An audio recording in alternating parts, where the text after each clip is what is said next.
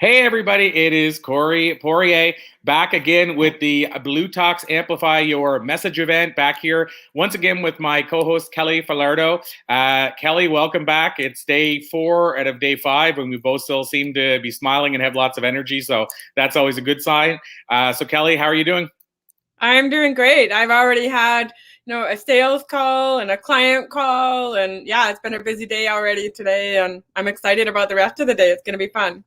Awesome, and I'll tell people an update from yesterday because yesterday I showed the Blue Talks trailer we're working on, and then thanks to Kelly, your feedback, and we had Brenda provided some feedback, and then I had a couple of people send me private messages, and of course Shelly, my girlfriend, who works on videos, provided me feedback as well because she did some of it, but I finished it off. And thanks to all that feedback, we got a new version, which I sent to Kelly earlier today, and it got the vote of approval. The only thing I added since you saw Kelly is, you know how it said interviews before an interview, then book before book. I also added a podcast. I put the podcast before it shows the podcast logo. Oh, cool. That's good idea to have in there too, because yeah, you do podcasting too. Yeah, we're just where it's multiple platforms. So just so everybody knows, there's a new version of the virtual event, and we'll see between today and tomorrow if we have a chance to show it. I'll figure it out. I mean, obviously, we could make time tomorrow. If we start, Kelly and I come on 10 minutes early, we can show it beforehand, but we'll see how that plays out. So Blue Talks, welcome everybody. Blue Talks itself, as most of you know who tune in to see us regularly, and for those that don't, this is kind of I'm going to say a purview to what Blue Talks is. Blue Talks basically is a multi-platform brand that we've launched. Jokingly said, but it seems to be appropriate. It's almost like if TEDx and Chicken Soup got together, got married, and had a baby, that would be Blue Talks. And so Blue Talks is a book series. It's these virtual events, it's interviews, it's a live event, and it's podcast as well. Here's the 3 first books, if I can get them on the screen here, which Kelly played a big part in. Oh, sorry. Go ahead. Oh, yeah, you got them right behind you. Kelly played a big part in helping those books all become international bestsellers. So thank you so much for that, Kelly. And you, and we'll talk about this later on, but you definitely know your stuff. I mean, you are the real deal when it comes to book launches. And when it comes to books as well and finding ways to get them out, I can't wait to bring on our first guest because I have a little bit of a preview of the work that he does. So I can't wait to talk to him about that. Just before we bring him on, the only quick thing I wanted to talk about today, Kelly, is book reviews. And I literally just want to ask you your thoughts as somebody who does a lot of Amazon stuff. And the reason this came up is because I shared 6 reviews we had for the Blue Talks books inside our private group so that people, if they want to grab parts of the reviews to leverage with the book, they can. My only question quickly before we bring our guest on is, in your assessment or opinion, how important are book reviews? Like, do they matter anymore? Are they important? Is it only important if they're on Amazon? What are your thoughts around them? Well, I have an interesting take on reviews because I don't focus on reviews. So a lot of times what happens is, other book coaches or book marketers will say, go and ask all your friends for reviews, get the reviews up there because the reviews are what's going to help you get to the bestseller list. And I think because of my system and the way I do it, I don't even focus on reviews at all. So that's my take on it. But whereas sometimes some people are like, it's all about the reviews. And like even one of my other friends, she didn't hire me to do her book, but she started asking for reviews. And she goes, do you have any tips on how to get people to leave reviews? And I'm like, I have no tips on that because it's not something I focus on. I focus on the sale. So I'd rather get people to buy the book because if I'm going to ask them to buy, do something for me, I want the money for the book. I'm not so worried about reviews. So yeah, and you may only have one ask. When you said I want to ask one thing. So awesome. I just wanted to get your take on it. I'll circle back in between our guests to share my thoughts on it as well. But without further ado, let's bring on our first guest, Jonathan Green. You are live with us. Welcome, my friend. Hi, thanks for having me. Very excited to be here. Awesome. Jonathan, where we usually like to start with these interviews is to get the person to tell us just a little bit about the work they do. And of course, we'll dive in much deeper. So you can choose how deep you go, or if you just want to share a couple quick things. But did you want to share a little bit about the work you do, especially in the author space?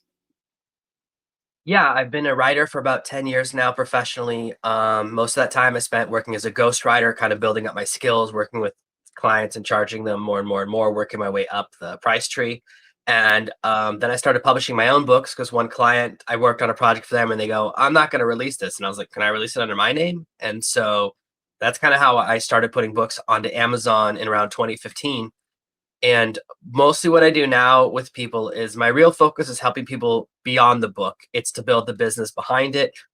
A lot of people come to me and they go, Jonathan, I want to put out one book and then I'm going to retire. I'm going to become a millionaire. And I said, well, I haven't written that book either. So really 99% of my revenue comes from people that read my book and join my mailing list and then buy other things from me. So my real focus is on building that part of the business. And that's what I work with people on, is realizing that your book has to be, especially in nonfiction, has to be part of a plan. You have to have a product behind it or a course behind it, because it's very, very hard to run advertising or to compete with other people. If your book's $2.99, you're making $2 a sale, you have a really, really small advertising budget. Whereas if you have products and things behind it, then you might have an advertising budget where each book is worth $20 to, and then you can compete with the big publishing companies and everyone else, and you can start to build a real business. Love that. And one of the things you mentioned there, I think twice, is mailing list. And one of the things we've been talking about the last few days is the importance of starting early, building your mailing list. And this week we're talking about podcasting, speaking, and writing. I feel like the mailing list applies to all of those equally, meaning the importance of building one.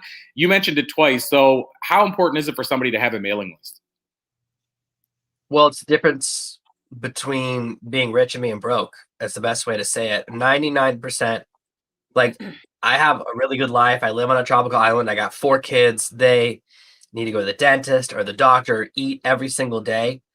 All that money comes from my mailing list, not from my books. It's very, very hard to make a living without a mailing list. I don't know if it's possible if you write fiction books, because you can just write a really long series of 65 books. Otherwise, but you're just leaving money on the table. I worked with someone last year who would not let me build them a mailing list. I said, look, I have 3,000 email addresses of people who want to follow you. And he said, I'm not interested. And he emailed me a few months later. He says, why am I not making any money? And I go, remember when you wouldn't let me give you money? Like, that's the best way I can describe it, is like, remember when I tried to give you an envelope full of money and you slapped me in the face and said you weren't interested in your most raving fans and customers who wanted to hear from you? Well, that's why. So any other medium where you can communicate with your audience, number one, you don't own it. Let's say you've got everyone in a Facebook group. That's great. Facebook gets hit with an antitrust lawsuit. You're out of business, right? And it's not even your fault or theirs, right? It's a third party can do it. So a mailing list is something you control rather than a social media platform. And second, it's the only time you get undivided attention. If you watch a video on YouTube or see a post on Facebook or any other platform, there's always all of these distractions around you where they're like, hey, watch this next video by someone else, because the platform doesn't care about you. They care about your customer and how many minutes a day they spend on that watching their stuff so they can sell advertising. So it's really, really hard to generate clicks. Like, when's the last time anyone clicked on a link inside of a tweet? For me, it's been like 10 years. Whereas I clicked on a link in an email this week. And I know that they're trying to sell me something if there's a link in an email. So you get that undivided attention. And it's the one time where you can have a private conversation. So anything I post on Facebook, Facebook can moderate. Mm-hmm. So that, some people think that they don't do that, but they do. Like, I definitely saw that last year, even in private groups with small numbers of members. Every single post is at least read by software and probably by a person too. And sometimes there can be a miscommunication. So, for example, my membership group is called Freedom Fighters, and I got flagged by PayPal. They messaged me and they were like, what are you selling? And I was like, oh, not that. It's just a cool name. I'm not, right? I'm not fighting against the government in a specific place, but I didn't even think of it. And I'd had the product for like 2 years when they sent me the email. So anything you do, people are listening to, email is the only time you're having point-to-point communication between me and you. Mm-hmm. It's so crucial and so true. And I always talk about, you just mentioned about Facebook for whatever reason, it might not even be anybody's fault, you could lose access to whatever you built there.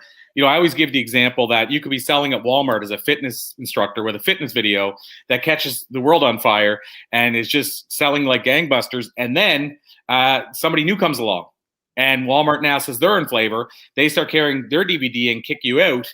And you might have been doing that for 5 years with Walmart and they're your only customer. My question is, how many customers now that you sold that DVD through Walmart to do you have access to?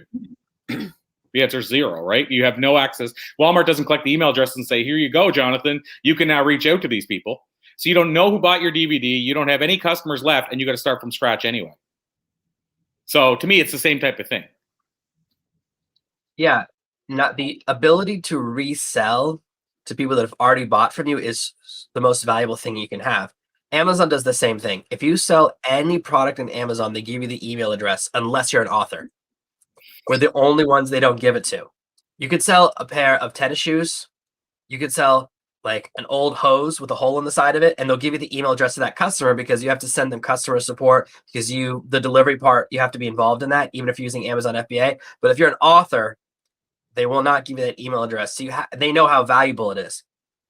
If someone buys your book or even downloads your book for free, they automatically are more likely to buy anything else from you, almost 10 times more likely, because they see you as an authority. They don't see you as Corey. They see you as author Corey. So already you have like a title in their mind. They see you with a level of authority. You can't spell authority without the word author. I learned that today. Someone said that and I thought it was cool. And that opportunity is so important because otherwise you're continually chasing a new customer. And anytime you hear people talk about business or investment, they go, well, what's your customer acquisition cost? Mm-hmm. And that's the most expensive part of any business. So if you say, oh, I only have new customers, I never do a resale, guess what? No one's ever going to invest in your business. And it's the same for our type of business. Most valuable asset is the ability to re-talk to your customers. A great example in the biggest businesses, Twitter was for sale a few years ago for billions of dollars. And Salesforce goes, cool, we want to buy you. Here's what we're going to do. Delete your website and keep your email list because it's the only thing you guys have of value. The deal didn't go through, but that's an example of like, you think, oh, Twitter, they're so valuable. The entirety of all of their tweets is worth less than their customer list. That's amazing. And so carrying on the same theme then, Jonathan, do you have a strategy or two you could give to people that are listening, that are, whether they're authors or somebody else who wants to build an email list, but do you have a strategy or two that you could share with us that help people build an email list quicker or help start the process based on even if you think back to when you started? Yeah, step number 1 is in the beginning of your book, after the table of contents, you want to have an opportunity for people to give you their email address. And so you want to have a link that says, go to this link to get this gift. And what you want is a really simple, non-fancy page because Kindle e-readers, Amazon's e-reader has a browser inside of it that can read basic HTML. So if you have a basic no frills page, like I have one at surfmaster.com/quit, that's the one for my book. It looks terrible on a browser, but it looks great inside a Kindle browser. I'm like, hey, you don't have to go pick up your phone or turn on your computer to give me your email address. You can do it right inside the book. So that's one of the best tricks I have. And then you want to have it again at the end of the book, right after the final chapter, say one last chance. Hey, now you've read my book. You definitely want to get my second thing, whatever your second gift is. The next piece of advice I have is to test different gifts. You can change your book content really easily and push it to your bookstores. It takes, if you're in every bookstore, maybe it takes an hour to push to the Google Play Store and to all the other platforms. And if you're only on Amazon, it's like 2 minutes. So you really should do it. And you can see, oh, wow, last month I got 100 emails. This month I got 200. Stick with the new one. If last month you got 100, this month you got 50, switch back. The third piece of advice I have is to focus on giving away stuff on your website. Like I'll give my books away. Any book I have for sale, I'm like, look, you can pay $25 on Amazon, or you can have it for free if you give me your email address, because I know your email address is worth more than that book royalty. So I give away books all day long, and they're for sale on bookstores for sure. And I go, look, here's your 2 choices. If you don't want me to be able to email you, no problem. It's going to cost $20. You can pay for that. You can pay for your privacy, and some people do, and I have no problem with that. But the big thing I'm a believer in, the centerpiece of my modern strategy, is I will give away a book for an email address because that's how I've built my entire business. And I'm happy to do it all day long. It builds up that relationship. Obviously people pay for the book, they're more likely to read it. But I haven't really found a difference as far as customer behavior. Because how many books have you recommended that you didn't actually read? I recommend Psycho-Cybernetics all the time. I read the first chapter. It was really good. Great first chapter. It makes me think the rest of the book is great. And we're all guilty of that. We don't want to admit it, right? But we all do that because we read the first chapter, we go, this is great. I read like the first half of Traction, great book. I bought the physical version of it because I was working through some stuff with my business. Really great book. I'll still recommend it. I didn't finish it. My friend finished it. He recommended it to me. So now I can recommend it. And we all do that. So people, maybe they don't read your book, maybe read the first sentence or the first chapter, and that's enough for them to become a fan. And that's okay. Sometimes I read a book and I want to get a feel. I go, this guy's great. Does he have a live event? Does he have a course? Can I hire coaching? Can I get to that next level? Because I want to get to the best stuff they have.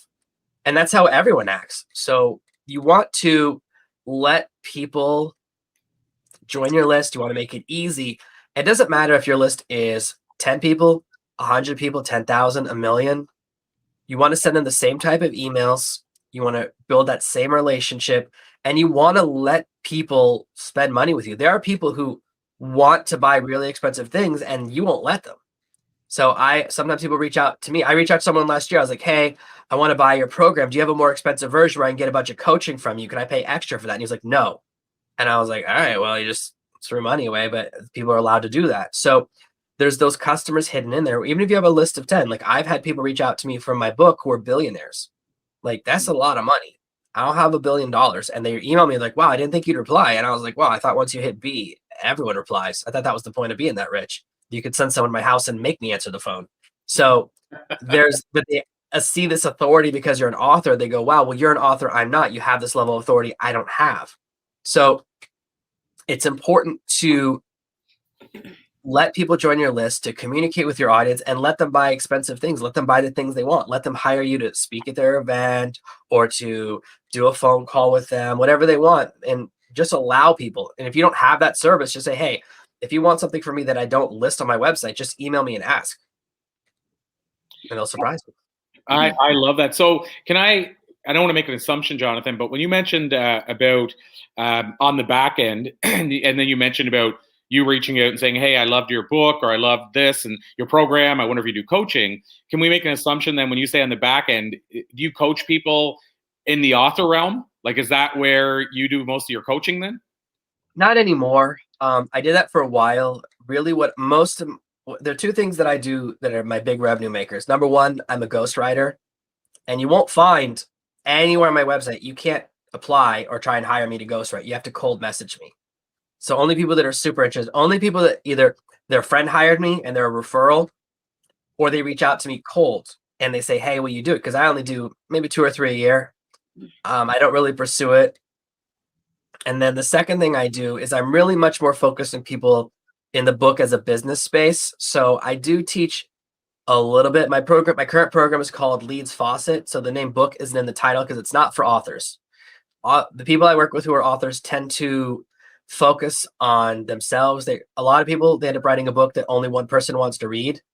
So what I really focus on is I say, no, you have to see your book as part of a larger business. So I do teach people how to write their books in my live program, but I teach it as a small component of a larger business.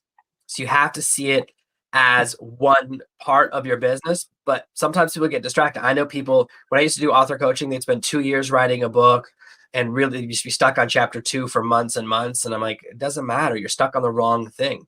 So my focus much more is on people that want to build a business, want to generate real revenue, want to make a living, not people that want to publish a book for vanity's sake or for their, like, because it makes them feel good. And that's fine. There's nothing wrong with that. I'm just not the right person for that.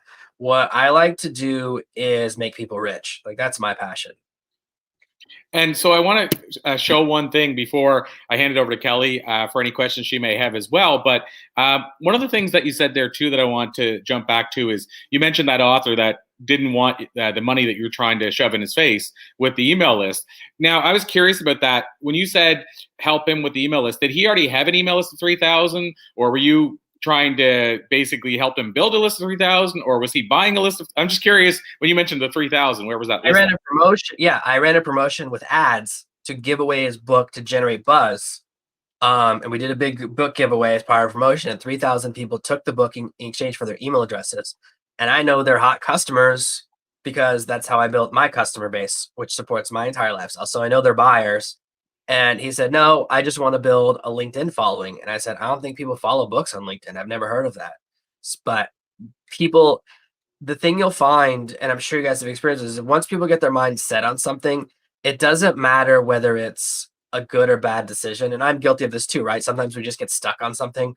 Like, I'm going to spend all day fixing one button on my website, and it's like a bad use of time, but we're kind of stuck. I know someone who they had their book, they wrote a book, they sent it to a ton of publishers. All the publishers said no. It's been sitting in a drawer for 10 years. I was like, why don't you publish it yourself? And they were like, no way. It traditional publisher or bust. And I was like, well, no one's ever going to read your book. You're going to end up like, I think was it Emily Dickinson who like killed herself and then people found all of her poems. I was like, is that what you want? Like, that's your dream result, that after you're dead, you become famous?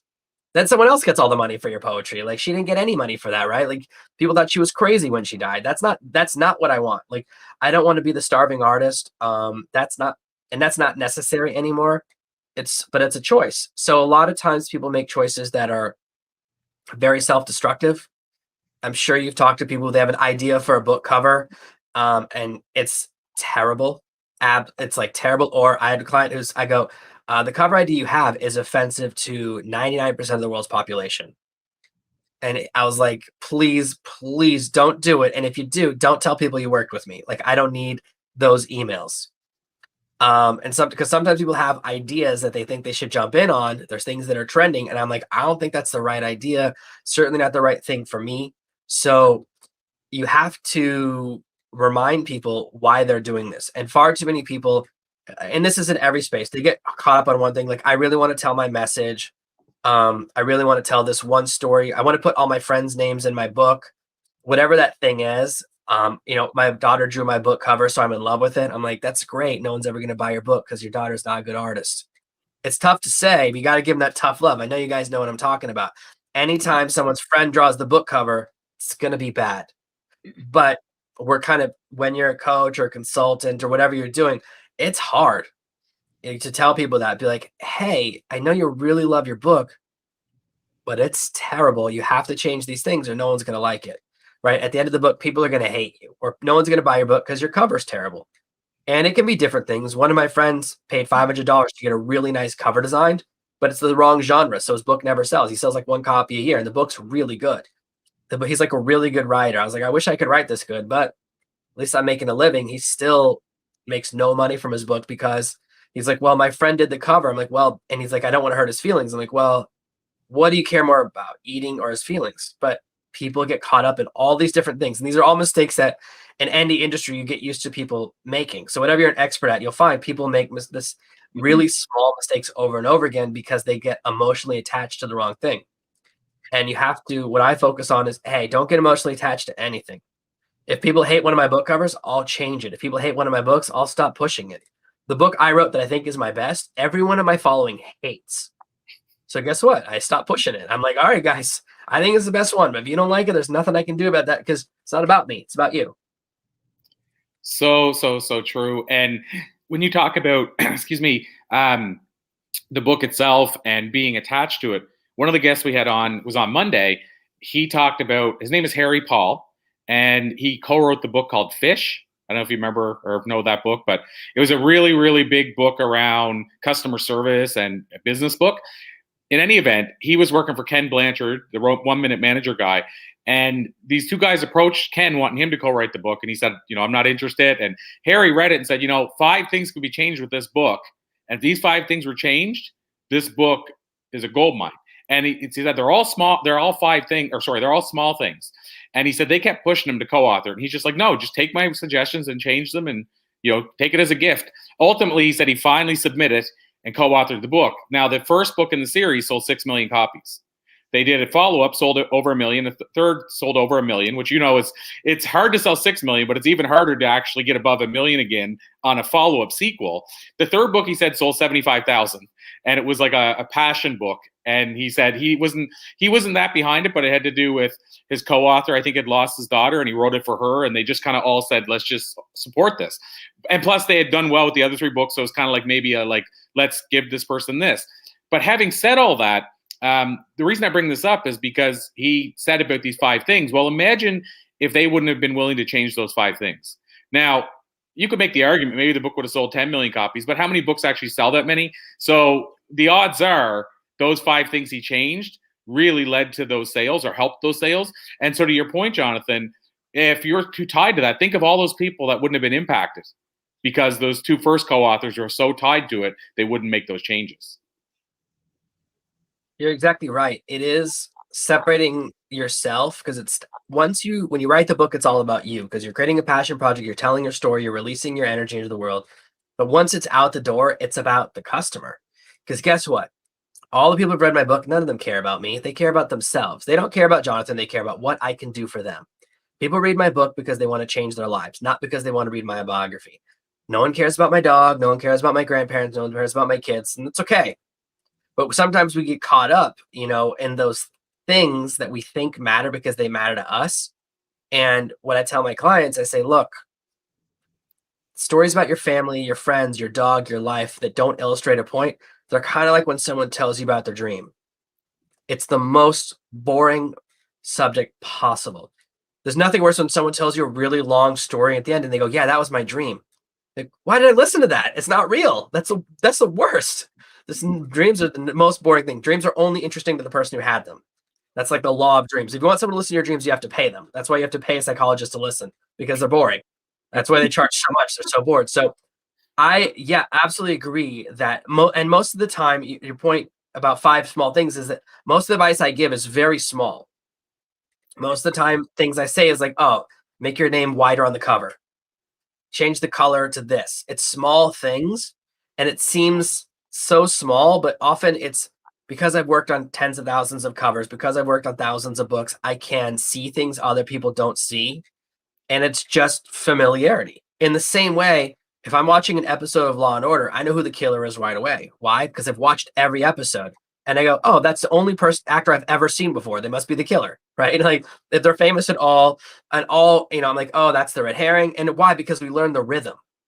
We learn the rhythm of that genre. So I learned the rhythm of police procedurals. I learned the rhythm of the type of books that I read. And that's how movies are written, right? The reason people like all those Marvel superhero movies, they all follow the exact same structure. They all follow the same exact thing. And when you lose that structure, things start to fall apart. So it's often this small area of expertise that just comes from familiarity. That's what people pay us the most for. Like there are people whose job it is to tell whether or not a painting is a forgery. Most of the people at the top of that field, and it's probably less than 20 people, they can tell in 5 seconds.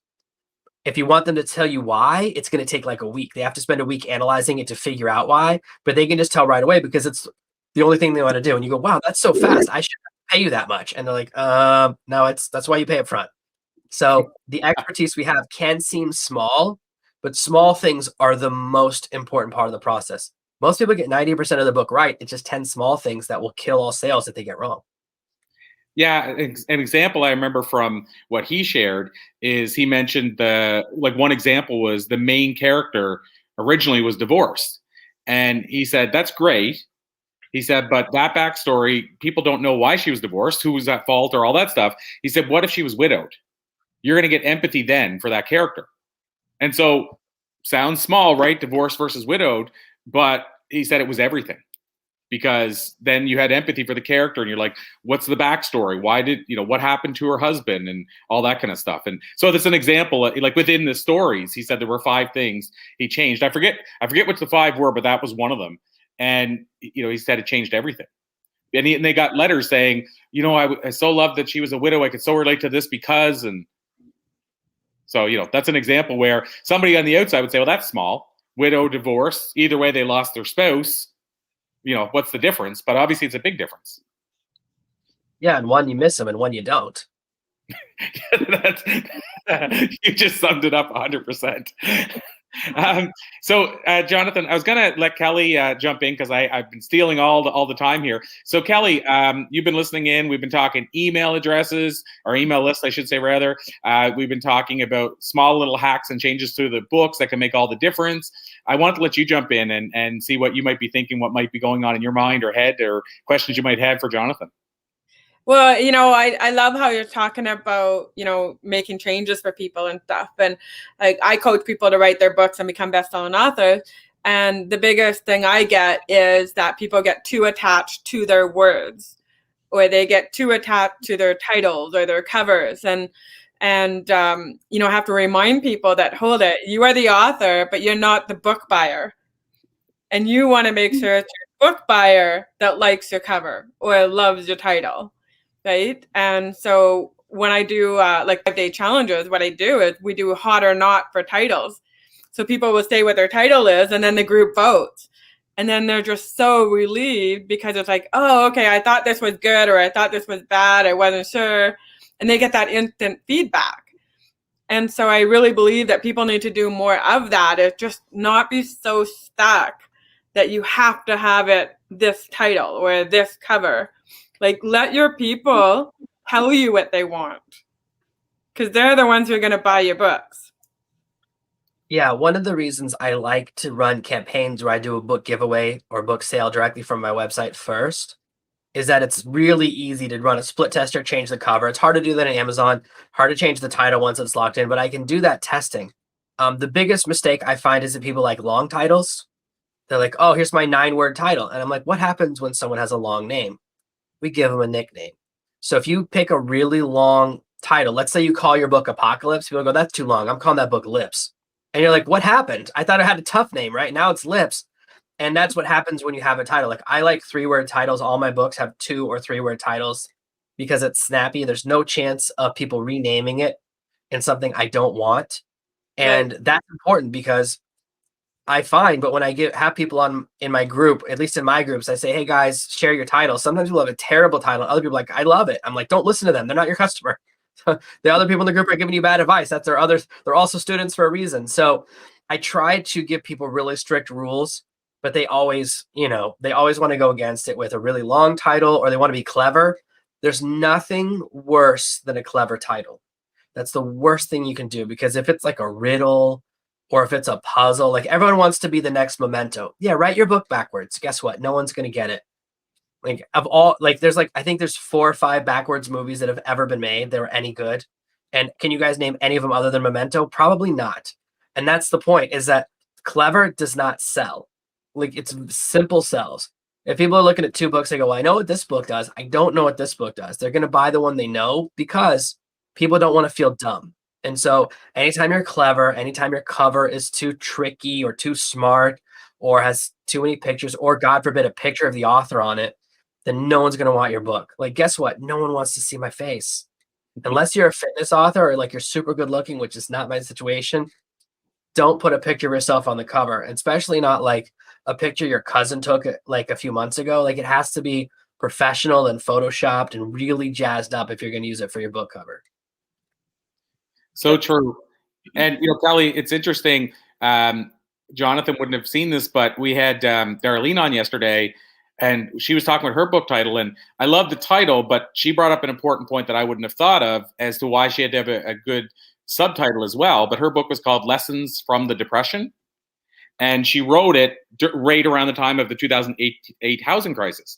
So, and we were in like a recession, but people then, if they saw the book come out, would understand it. But what she found is when she surveyed people, I think it was like she said 2 in 10 thought she meant like a depression, like you're in a depression.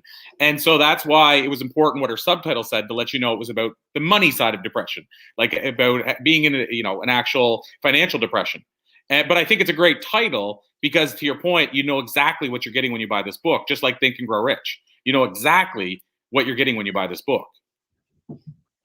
Yeah, oftentimes, if you have like a cool title, you have a really good idea.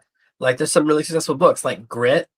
It's great. No one knows what grit is. No one knows what that word means. You can survey 1,000 people, define the word grit. They're like, I don't know, sand, salt. And it's like, no, like that cowboy movie. And they're like, even if you've seen it, you're like, I'm not really sure what True Grit meant, but it sounds cool. You have to give a subtitle so people knows what it means. Like, what does lean in mean? I have no idea. Are you talking about windsurfing? I'm not sure. So you can have a title that's short, and then the subtitle makes it really clear what the book is about. And also, that's why the cover image is so important. If the cover image is confusing, like, let's say I write a story that's like about, business mistakes, and it's like the executive decision, it's called, right? And then I have a picture of a noose on the cover. You're going to think it's a serial killer book because there's the murder weapon right in the middle of the cover. So sometimes we accidentally make a cover from the wrong genre. And that's why our sales really tank. I've seen people do that, especially if you mix up horror and comedy. If people think your comedy book is a horror book, they're not going to buy it. Because guess what? It's not the same audience. And then the people who want to read your book go, oh, no, that's not the right genre for me either. So you can lose both audiences with these really small mistakes. So it is important that your title, subtitle, and the image on the book all match with each other so that people go, I know what genre is. I know what the book is about. I know if I want to read it or not. Now, how important do you feel, and you heard me probably ask this off the top to Kelly, but how important do you think reviews are? I think you need 8 reviews. After that, they don't matter. Amazon will show a maximum of 8 reviews on the listing page. So if you have like 2 or 3 reviews and someone's scrolling through, the page will look incomplete and they might not know why. Now, if you go and look at Beats headphones or Nike shoes, they will show 8 reviews on the page. If you look at any book, it will be 8 reviews maximum. So as long as you have 8, the page will not look incomplete. Anything beyond that, honestly, it doesn't really matter. It's cool for like to show off to other authors. Like, hey, I've got 400 reviews. I've got 800 reviews. I got 6,000 reviews. It's for that. What reviews show is that your book has momentum, and it will affect book sales because all the bookstores are like, what have you done for me lately? So they do track if you have review momentum, but beyond it, they're really I think it's like 88% of books on Amazon have 0 reviews. So just getting 1 review puts you in the top 12% of all books. And if it's a positive review, you're in the top 10%. So if you can get 1 5-star review, you're in the top 10%. Because I did an analysis one time to see how many books came out in a category and how many of them had a review at all, how many of them had a positive review. And I was shocked. So if you can get 1 review, you're in the top 10% of all authors. If you can get just 1, 8, you're in the top 1%. So 99% of authors, especially independent authors, they write a book and they say, Amazon, my book is done. Will you start selling it for me now? Here you go. Good luck. And it's like, oh, that's not how that works. The work begins when you publish your book, as you guys know. And that's really, really critical, is to realize that like being an author is the smallest part of your job. Going on podcasts, doing book tours, getting people to read the book, following up with your mailing list, all of that other stuff, right? Trying to get on television shows, all of that, way, way, way more important than the book. Because 99% of people that buy your book aren't going to read it anyways. So the content, unfortunately, is the least important part of the book. And that's hard to say as an author, but it's just the truth. Yeah. So yeah, so you're so correct on that. And we talked about it this week, and I talk about it all the time, but we've talked about it this week multiple times. The fact that people will come to us and say, like Kelly especially, she works more directly with authors than me, even though I have a lot of authors I work with. But it's funny how often people come and say, I'm all done now. I got the book written. And our response is always, oh, so you mean you're just started? You barely started. You just started now. The book's done. Which, to that point, I wonder what the percentage is. And I don't know if you've ever studied this, of people that say they're going to write a book that never finish it. So it is a nice compliment if you finish the book, because you're already in the small percentage. But then the work starts. Yeah, I would say the number of people who say they're going to write a book and don't finish it is huge. I know so many people, when I go, I'm an author, they go, I'm an author too. I'm like, oh, what did you write? They're like, well, I have an idea. I'm like, well, whoa. That's like saying I'm a movie star because I want to be in a movie. It's not. Writing a book is a big deal, and finishing a book, that's awesome. It is an accomplishment, but there's a huge difference, and it just depends on what you want. Some people just want to write a book and get it out there, and they don't care if anyone reads it. And sometimes I have those clients. They go, I don't care if anyone reads it. I go, oh, that's cool, because that's the result you're going to get, because you just got your wish. if that's what you wish for, then that's what you'll do. So I do think that it is an accomplishment, but most people, exactly, they don't finish a book, or they write half of it if they do start, or life gets in the way. They've been working on it for 10 or 20 years. And the problem is when you spend that long on a book, then it becomes this big monster that when you publish it, you want it to do so much more. Because now it's like, well, this has been 20 years in the making. It needs to be 20 years in the making quality book. And it becomes this extra pressure. But it really is important to see yourself as a business person. Like, if people say what I do, what I really do is sell books. Yeah, I'm an author because that's the term people understand, but really selling books is way more important to me than the credibility I get as an author. It's cool when people like sometimes act like I'm a little bit of a celebrity, but I'd much rather generate more revenue and much rather see it as a business. And it's like a lot of other creative arts. You know, most people who are in the NFL, all of their money is gone within 2 years of them leaving the league. Same for NBA.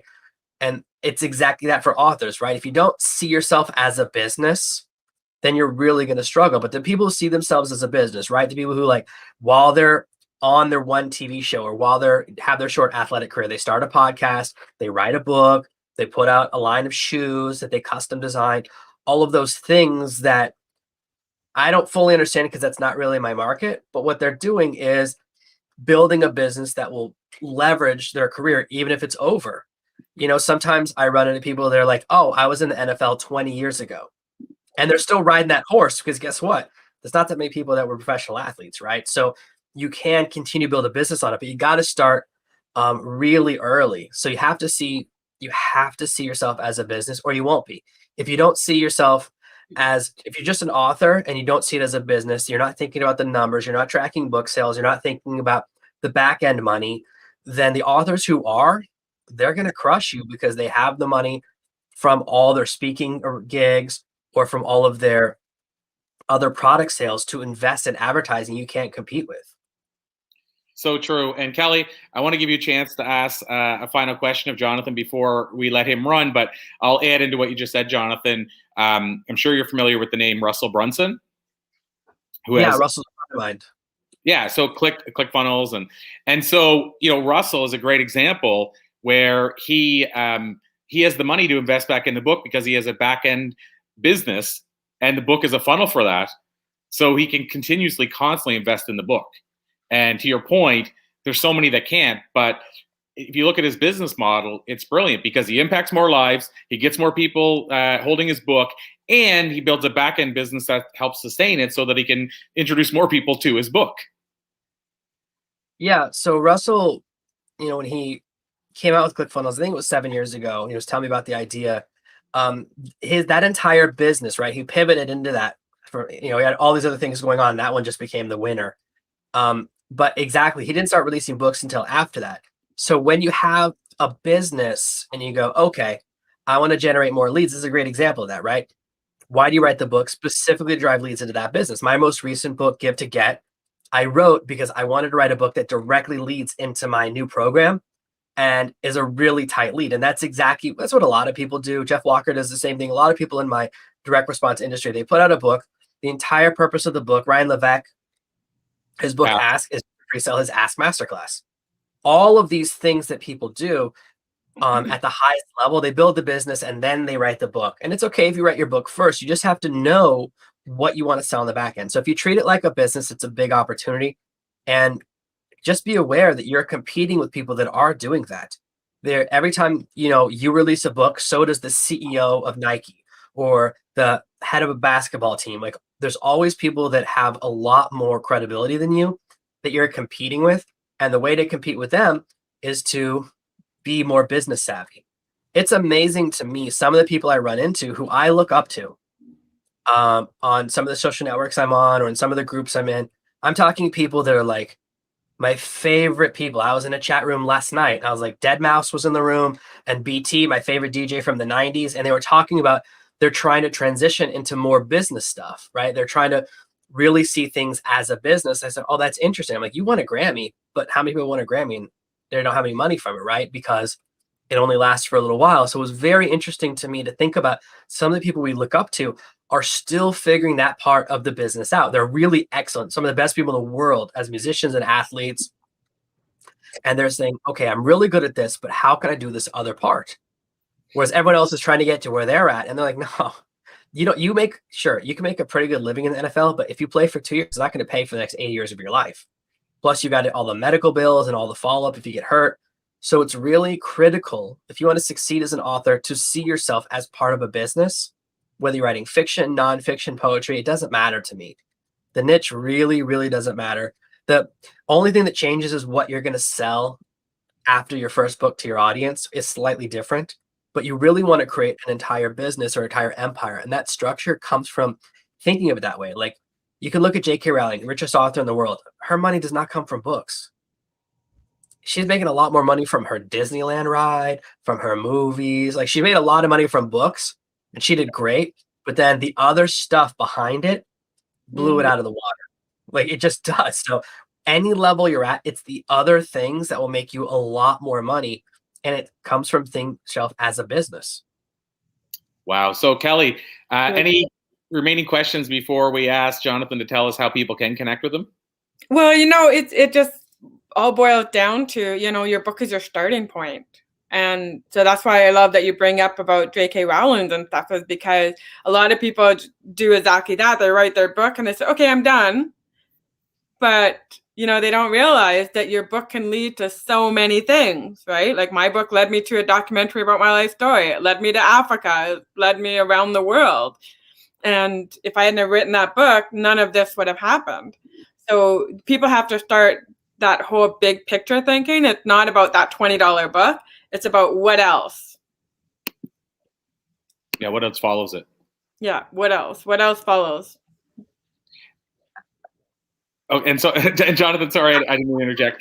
Feel free to comment on that. And I was just going to ask you my final question, of course, last but not least, maybe the most important. I know you said that on the ghostwriting, it's usually that's people that are referred by others or know of your work from others. But if somebody wanted to reach out to potentially work with you on the other side of what you do, and it was at Leeds Faucet, is that what it's called? Yeah, that's the name of my new program. The best way to reach out to me is to go to givetogetfree.com. You can get my new bestseller for free if you want to give me your email address. And then if you want to reach out to me about ghostwriting or anything else or my programs, you can just reply to the email. It's my personal email I sent to you from that. And yeah, the story about J.K. Rowling it's really illustrative. One thing that's important is that the first 13 publishers she sent her book to told her it was trash. And those 13 people who read her book, said it was trash, and turned her down still have their jobs. Which I'll tell you right now, if you work for me and you lose me $1 billion, you're super fired. Like, they turned down the most successful book because this idea that the traditional publishing industry or that someone else could decide whether your book is good or not is totally wrong. Because a lot of people who've been in industry for a long time, they don't know what they're talking about. Most books fail, even if they get picked up by a publisher. You have to take yourself as a business. You have to have a larger strategy that you're in control of. That's why I like independent publishing, because if you go with a publisher, they all they want you to do is sell books. They don't want you to sell the other things because they don't get a piece of that action. So you have to start thinking, I'm a business. What are the things I'd like to do? Do you want to speak from stage? Do you want to travel? Do you want to be in movies or documentaries? Do you want to leverage this into a podcast that you're going to launch? There's all these things you can do that are amazing. I talk to authors all the time that do things that are nothing like what I do. They leverage their books into totally different experiences, and that's awesome. I don't begrudge anyone that. I think it's very cool. But it starts with seeing it as part of a business and seeing yourself as a business person and saying, I want really big things from this. The bigger your dreams are and the more you chase them, the more like you are to make amazing things happen. My book has opened so many doors for me. It's leveraged me into so many different businesses. It's really helped me to accomplish amazing things. But it's because I see it as part of a business, not something in and of itself. The book only works if I use it. It's a tool, just like a hammer. Hammer doesn't do anything unless it's in your hand. Oh, true. And so the website, I want to make sure I got that right, Jonathan. You said it's givetoget.com?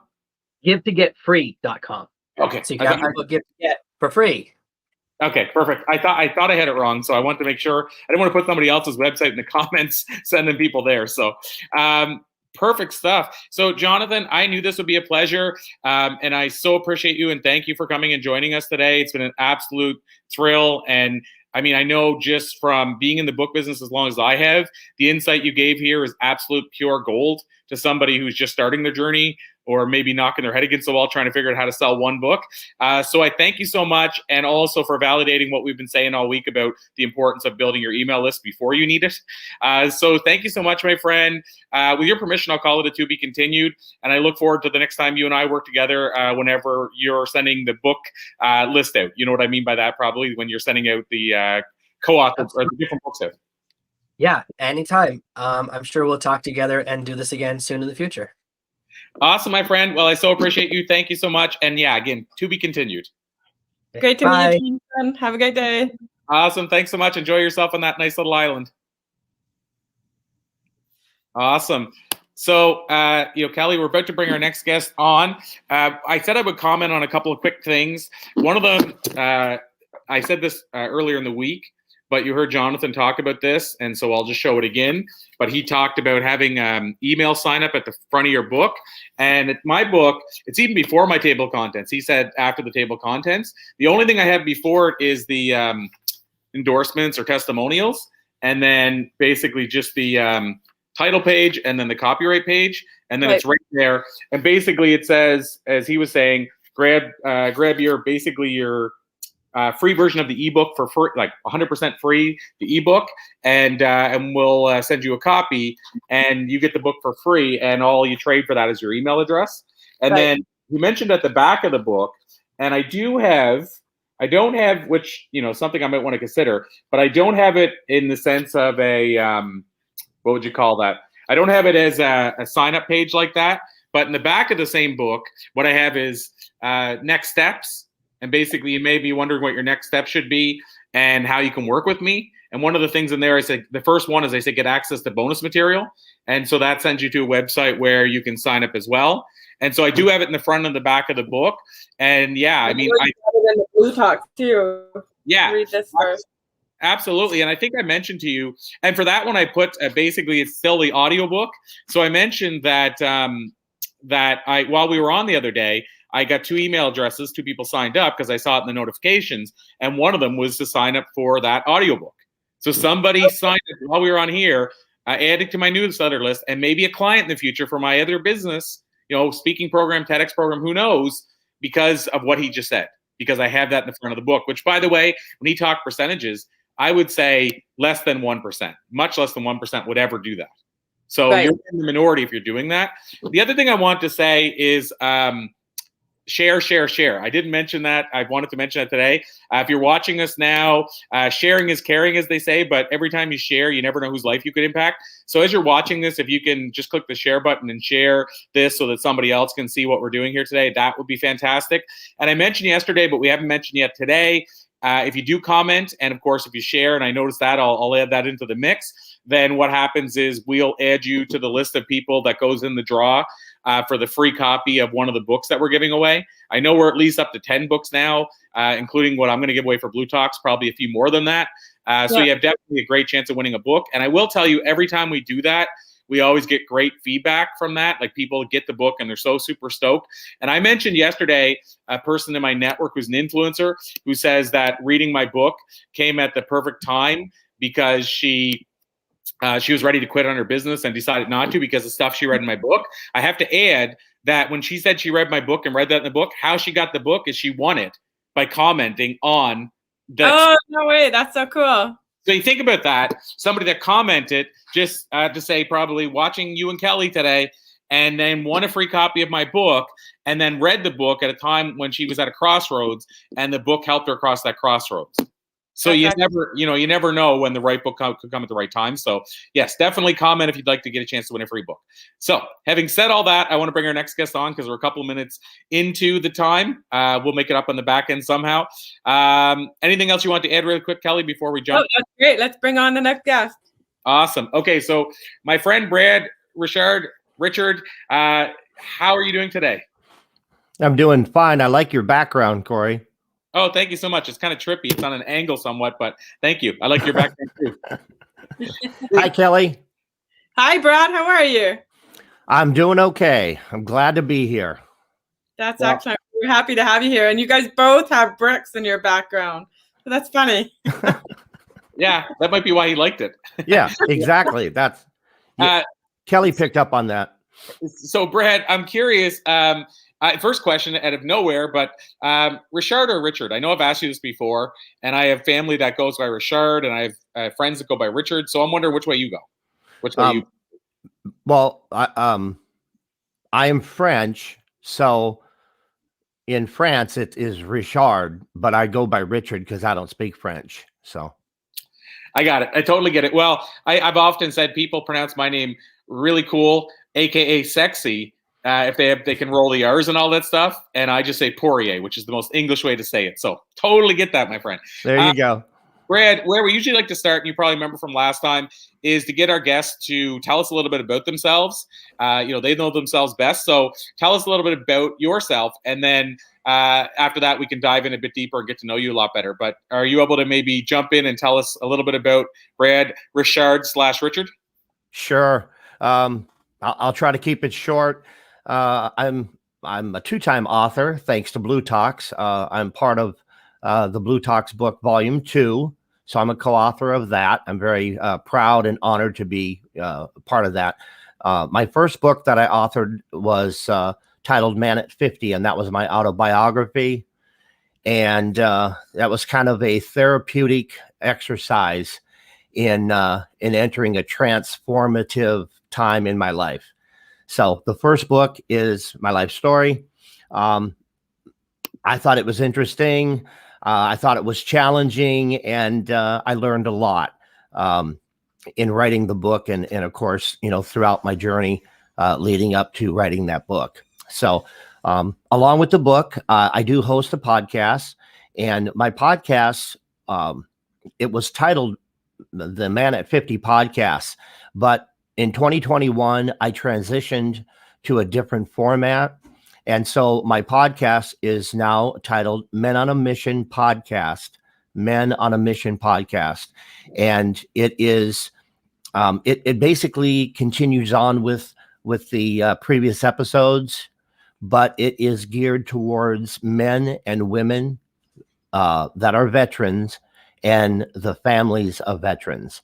And so it's all about leadership and building strong men and women, and encouraging them and helping them become stronger leaders and pillars of strength in their own communities. So that's the new podcast that was launched this year.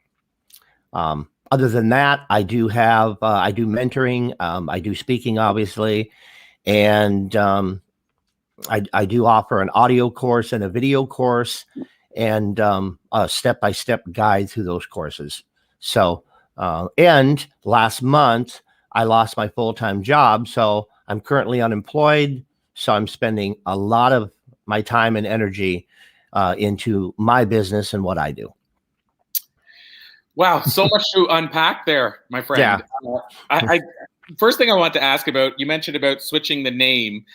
Was it more like, was the reasoning behind that more because it allows you to work with more people and there's more opportunity there? Or was it that you felt a change was needed? I'm just curious, what was the major catalyst behind?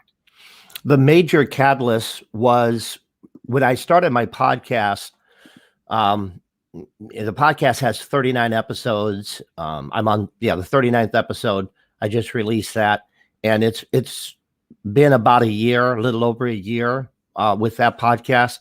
And I was basically, I don't think I was hitting my target audience. I think I was too general, and I was trying to reach out to too many people with too many different interests or needs. And so I brought my focus in on the message of my book, Man at 50, and the reason, that I wrote it and what I learned from it and how it changed my life. And so I wanted to take that message to more of a target audience that is looking to improve their lives. And hopefully I can help them do that. So, and I'm an Army veteran myself. I'm a veteran of the United States Army for 7 years. So that's my brothers and sisters are real important, to me. So that is the number one reason why I narrowed my focus. And now, can you talk to us a bit, if we go back into the book side and the podcast, Can you talk to us a bit about your experience? I mean, if we go to the book first, your experience writing a book. When I say that, Brad, one of the things that we've been asking people a lot this week is their writing process, if you will, how they, whatever, whether it's they sit down to write or how they come up with their ideas, or do they, some people use an outline when they start writing. Some people will just sit down and start writing and let it go from there. I'm just curious, do you have an actual writing process, or do you wing it, or what does yours look like? I would consider my writing process very narrative, very storytelling. My autobiography is written in a third person, and it is a narrative story. And the story was put on paper and put into the book as I remembered it. So my memories formulated the story of my life, and I just typed out my memories in chronological order on how things happened and how they were tied into, past experiences and future experiences. So it was narrative, and it was a story telling format. Does that answer the question? Yeah, absolutely. And then I guess as far as the journey of the writing of it, how long of a process was it? Like, how long did it take you? From start to finish, it took me 4 months. So it was a process. You didn't just do it over a weekend. No, it was 4 months, and it was 50 years of events and challenges and things that I went through. So now, and I mean, I'd love to go on both sides. Like, first of all, what was the response to it like? What was the experience like marketing a book? Because that's totally different than writing it. And then I guess a follow-up to that is, do you have plans to work on a second book? So I guess that's a two-parter question. Part one, the response, to the book and my reviews and things of that nature. The number one thing that I got from readers, or people that went through the book, is for them, they saw it as someone that had lived 10 lifetimes in one, because the events kept happening, and they tend to, and each event continued into the next one and the next one, and they, and each event got worse, and then they got more, they had more gravity and more severity. And so that was the feedback that I got from the book as I marketed it, is that, wow, you experienced 10 lifetimes in one, and you're still alive. You're not in prison, you're not in rehab, you're not suicidal, you're not, any of these things. You're still standing. And I had people ask me, you must be exhausted if I lived the life that you lived. And at times I am, but it was, that was the feedback that I got. And I took that as encouragement. I took that as important for them to see that. And hopefully they saw a positive side to that no matter how many lives we live and how many trials and tribulations we go through, we can come out the other side, and survive it.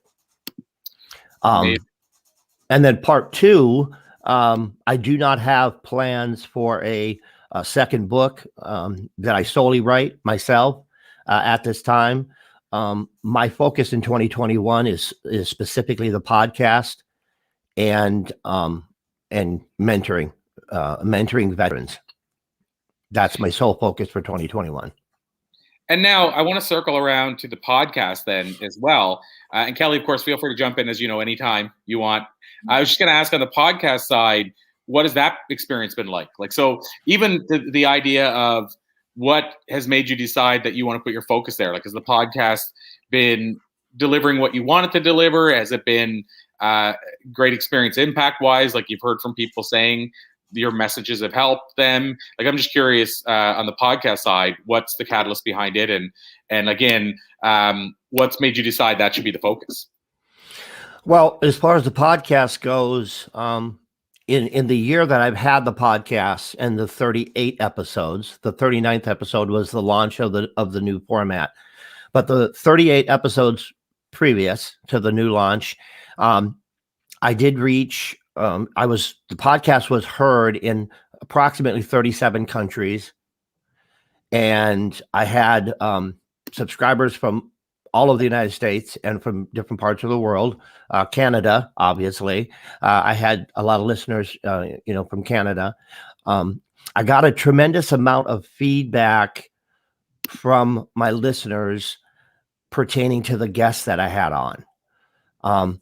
The guests that I had on were very inspirational. They were good teachers. They were authors. They were speakers. And I got a lot of feedback on the guest. But what kind of led me into making the transition to Men on a Mission, okay, was the feedback that I got was very scattered.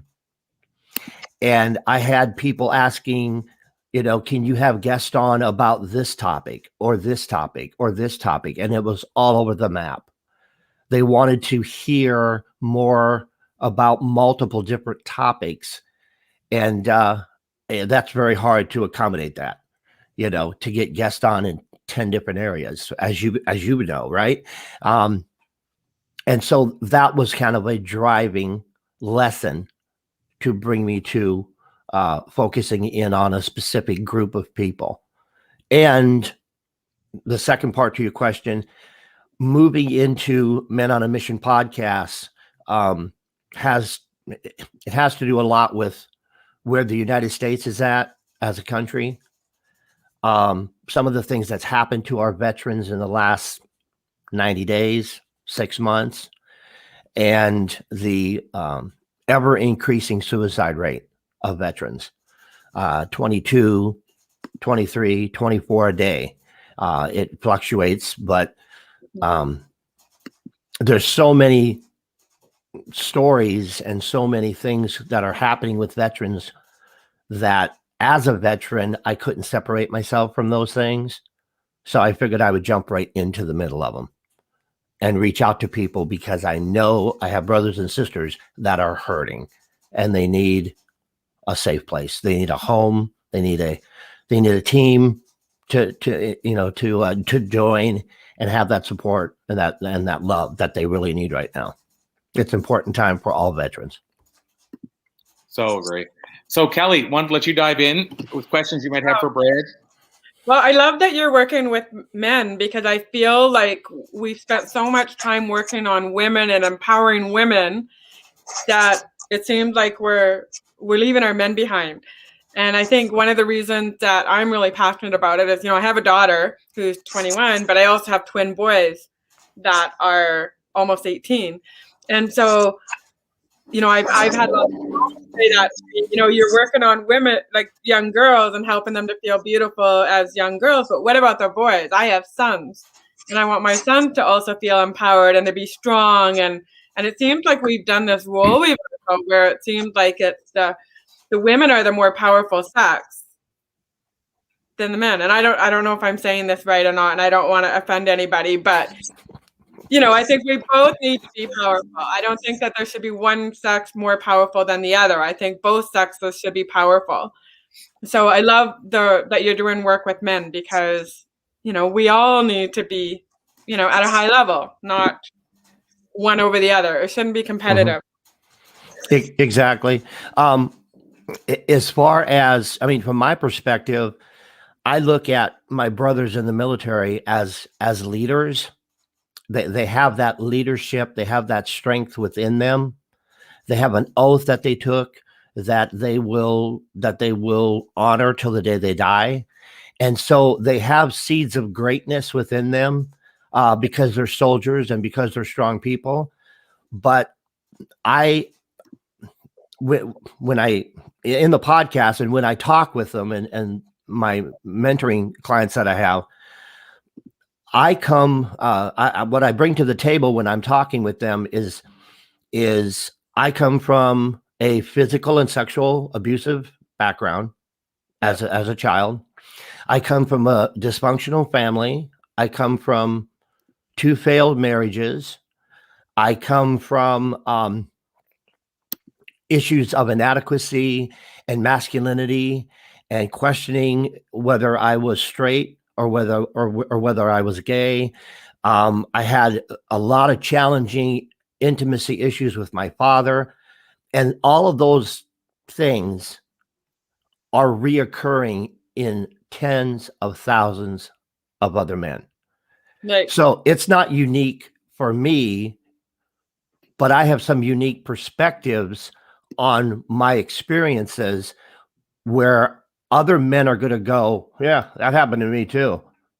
And the key is, how are they dealing with it? And are they letting that collapse them as a man, or are they letting that strengthen them as a man and take responsibility for themselves? And so that's kind of where I'm coming from.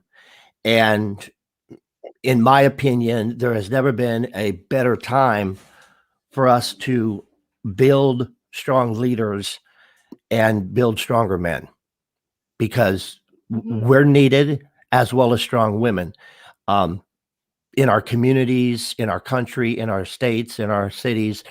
Strong people that we can count on and that we can trust.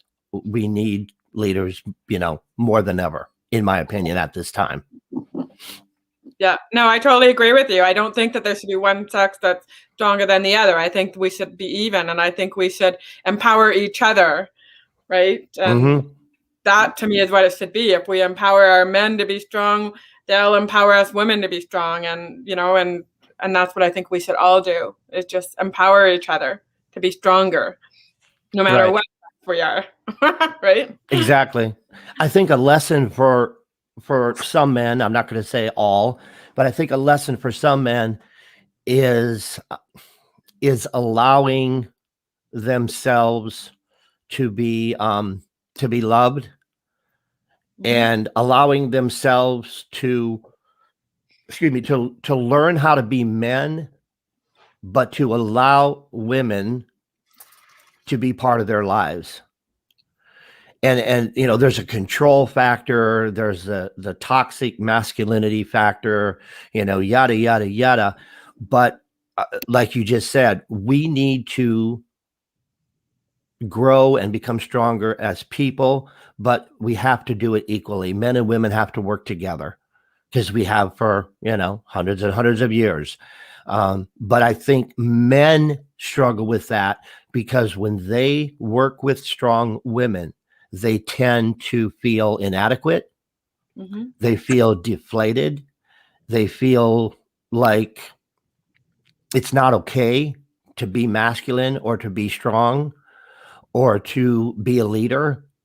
And so getting men right about who they are, and getting them to feel confident about who they are and to love themselves before looking anywhere else for love.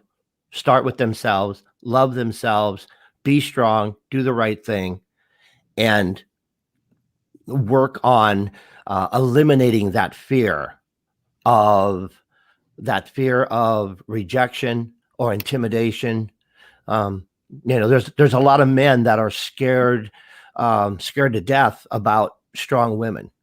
They're intimidating. I see it.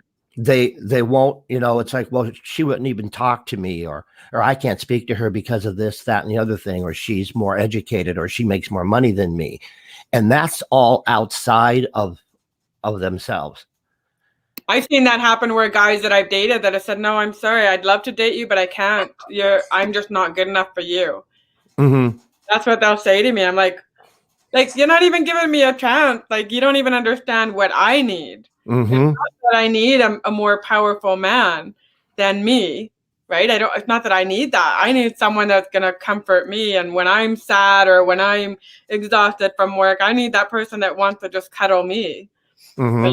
And give me that loving that I'm looking for. I don't need someone that's, totally more powerful than me. But it all starts with themselves, and they have to find that within themselves first.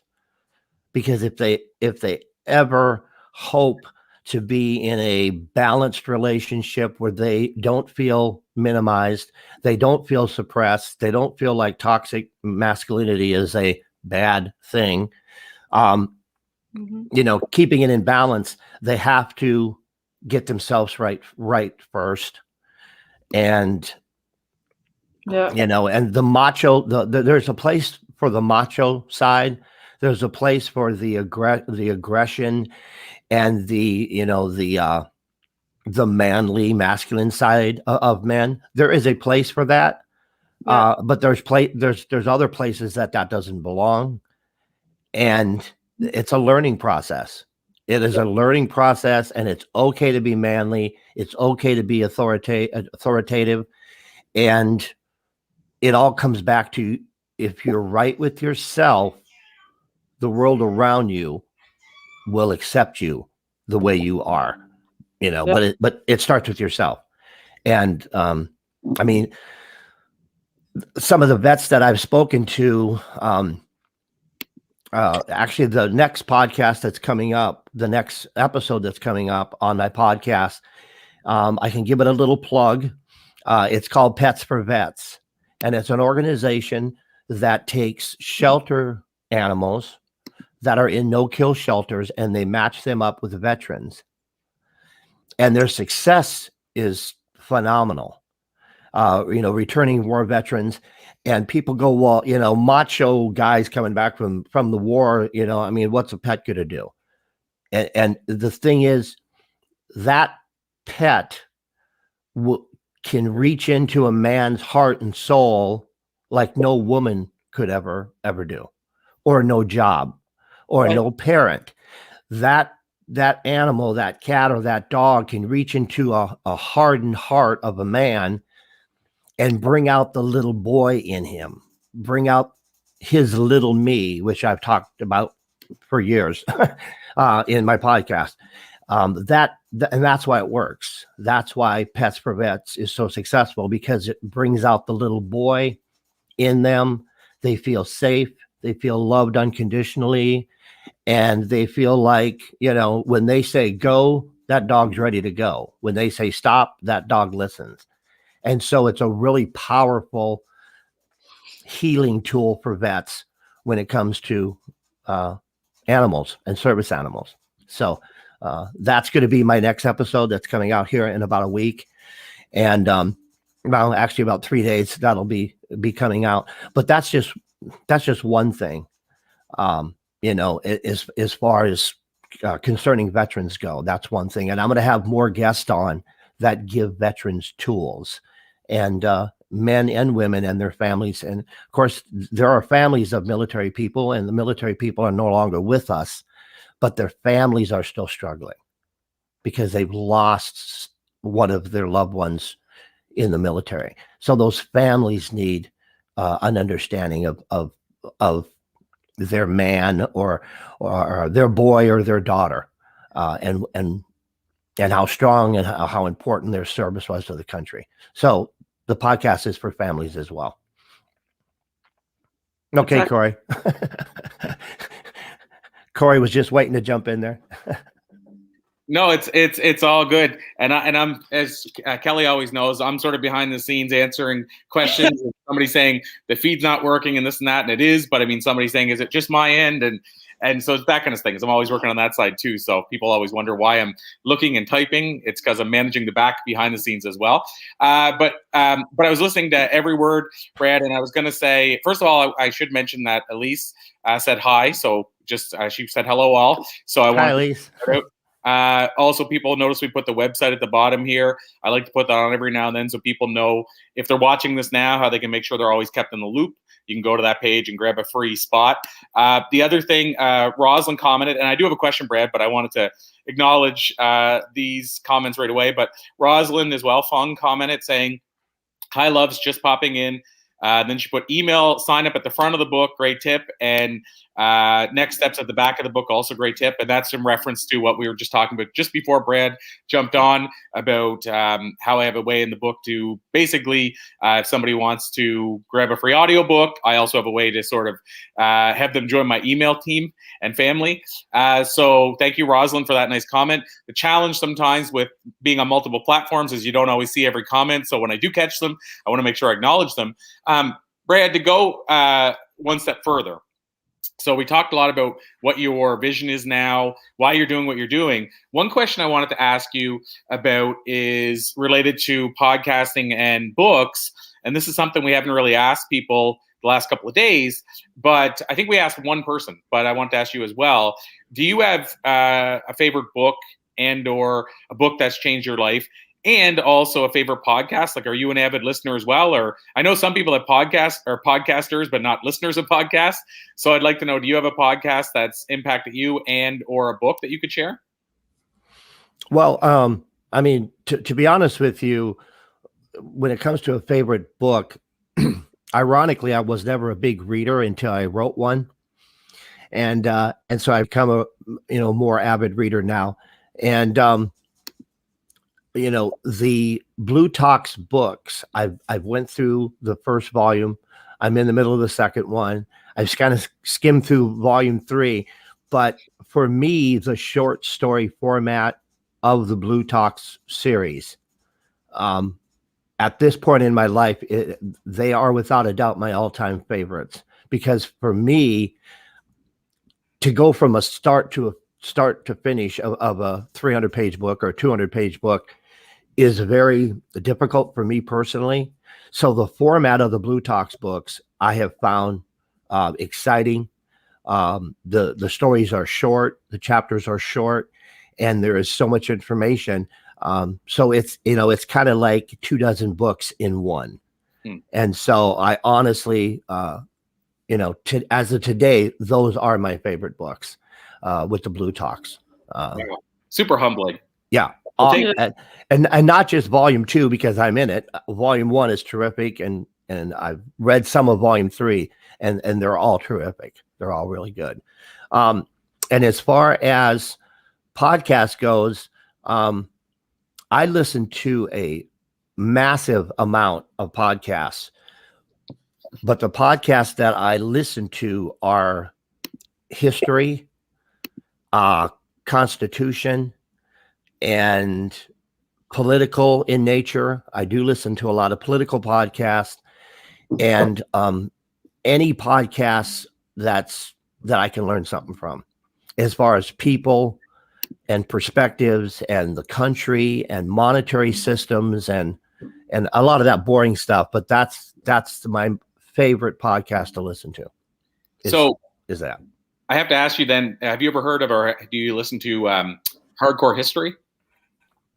I've heard of that, but I haven't listened to that particular podcast. No. You need to check it out. It's like, I feel like it's one of the most popular podcasts, not just history, but podcasts around. The numbers I heard, I went to Podcast Movement and they talked about the listenership, and the numbers I heard ranged in the range of 24 to 26 million listeners whenever he drops a new show. Wow. To an episode. How he did that is he's been around for like 14 years. He only puts an episode out like once every 4 or 5 months, but an episode will be like 7 hours. And wow. he's done it over so long and built his email list basically, and his subscriber, of course, list as well. When he drops an episode, he has everybody in his email list and all his subscriber lists immediately know a new episode's out, and they've been waiting for months. So of course they all jump in right away. And they showed a clip while we were at the event. And I think I want to say it was Stephen Colbert. And he was it was like a little skit he did about this guy, Dan Carlin, who has the show. And it was basically, he said, well, I don't know why I'm making fun of him. He said the guy actually has more listeners than we do, viewers, when he dropped a new episode. He said, so I don't know why I'm making fun of him or something like that. But that tells you how big his listenership whenever you got, a mainstream late night talk show host saying this guy's got more followers than us. Mm-hmm. Yeah. Anyway, so I'd be honest, I haven't listened to it because I'm not that guy that can dive into a 6-hour or 7-hour podcast. I like Joe Rogan. I like his style, but I'll usually like dip in, and even people I really dig, I'll listen to like a half hour on a plane and then go to listen to something else. And it'll take me like 8 sittings to listen to like a 2-hour Joe Rogan show. So I can't imagine a 6-hour history show. But if you like history, apparently he's the guy. He's the king. You should check out that show. Yeah, I'll check it out. For me, the element of what I listen to when it comes to podcasts, an element that I'm looking for is mistakes from the past. Learn from the past, so you don't have to repeat it in the future.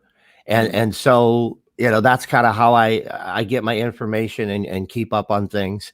I'm kind of a news junkie when it comes to that. And once again, I'm a big patriot, and I'm a proud American. So, I do spend an awful lot of time digesting that stuff. And actually my family says probably too much, but too much negativity, but I do like to be informed, so.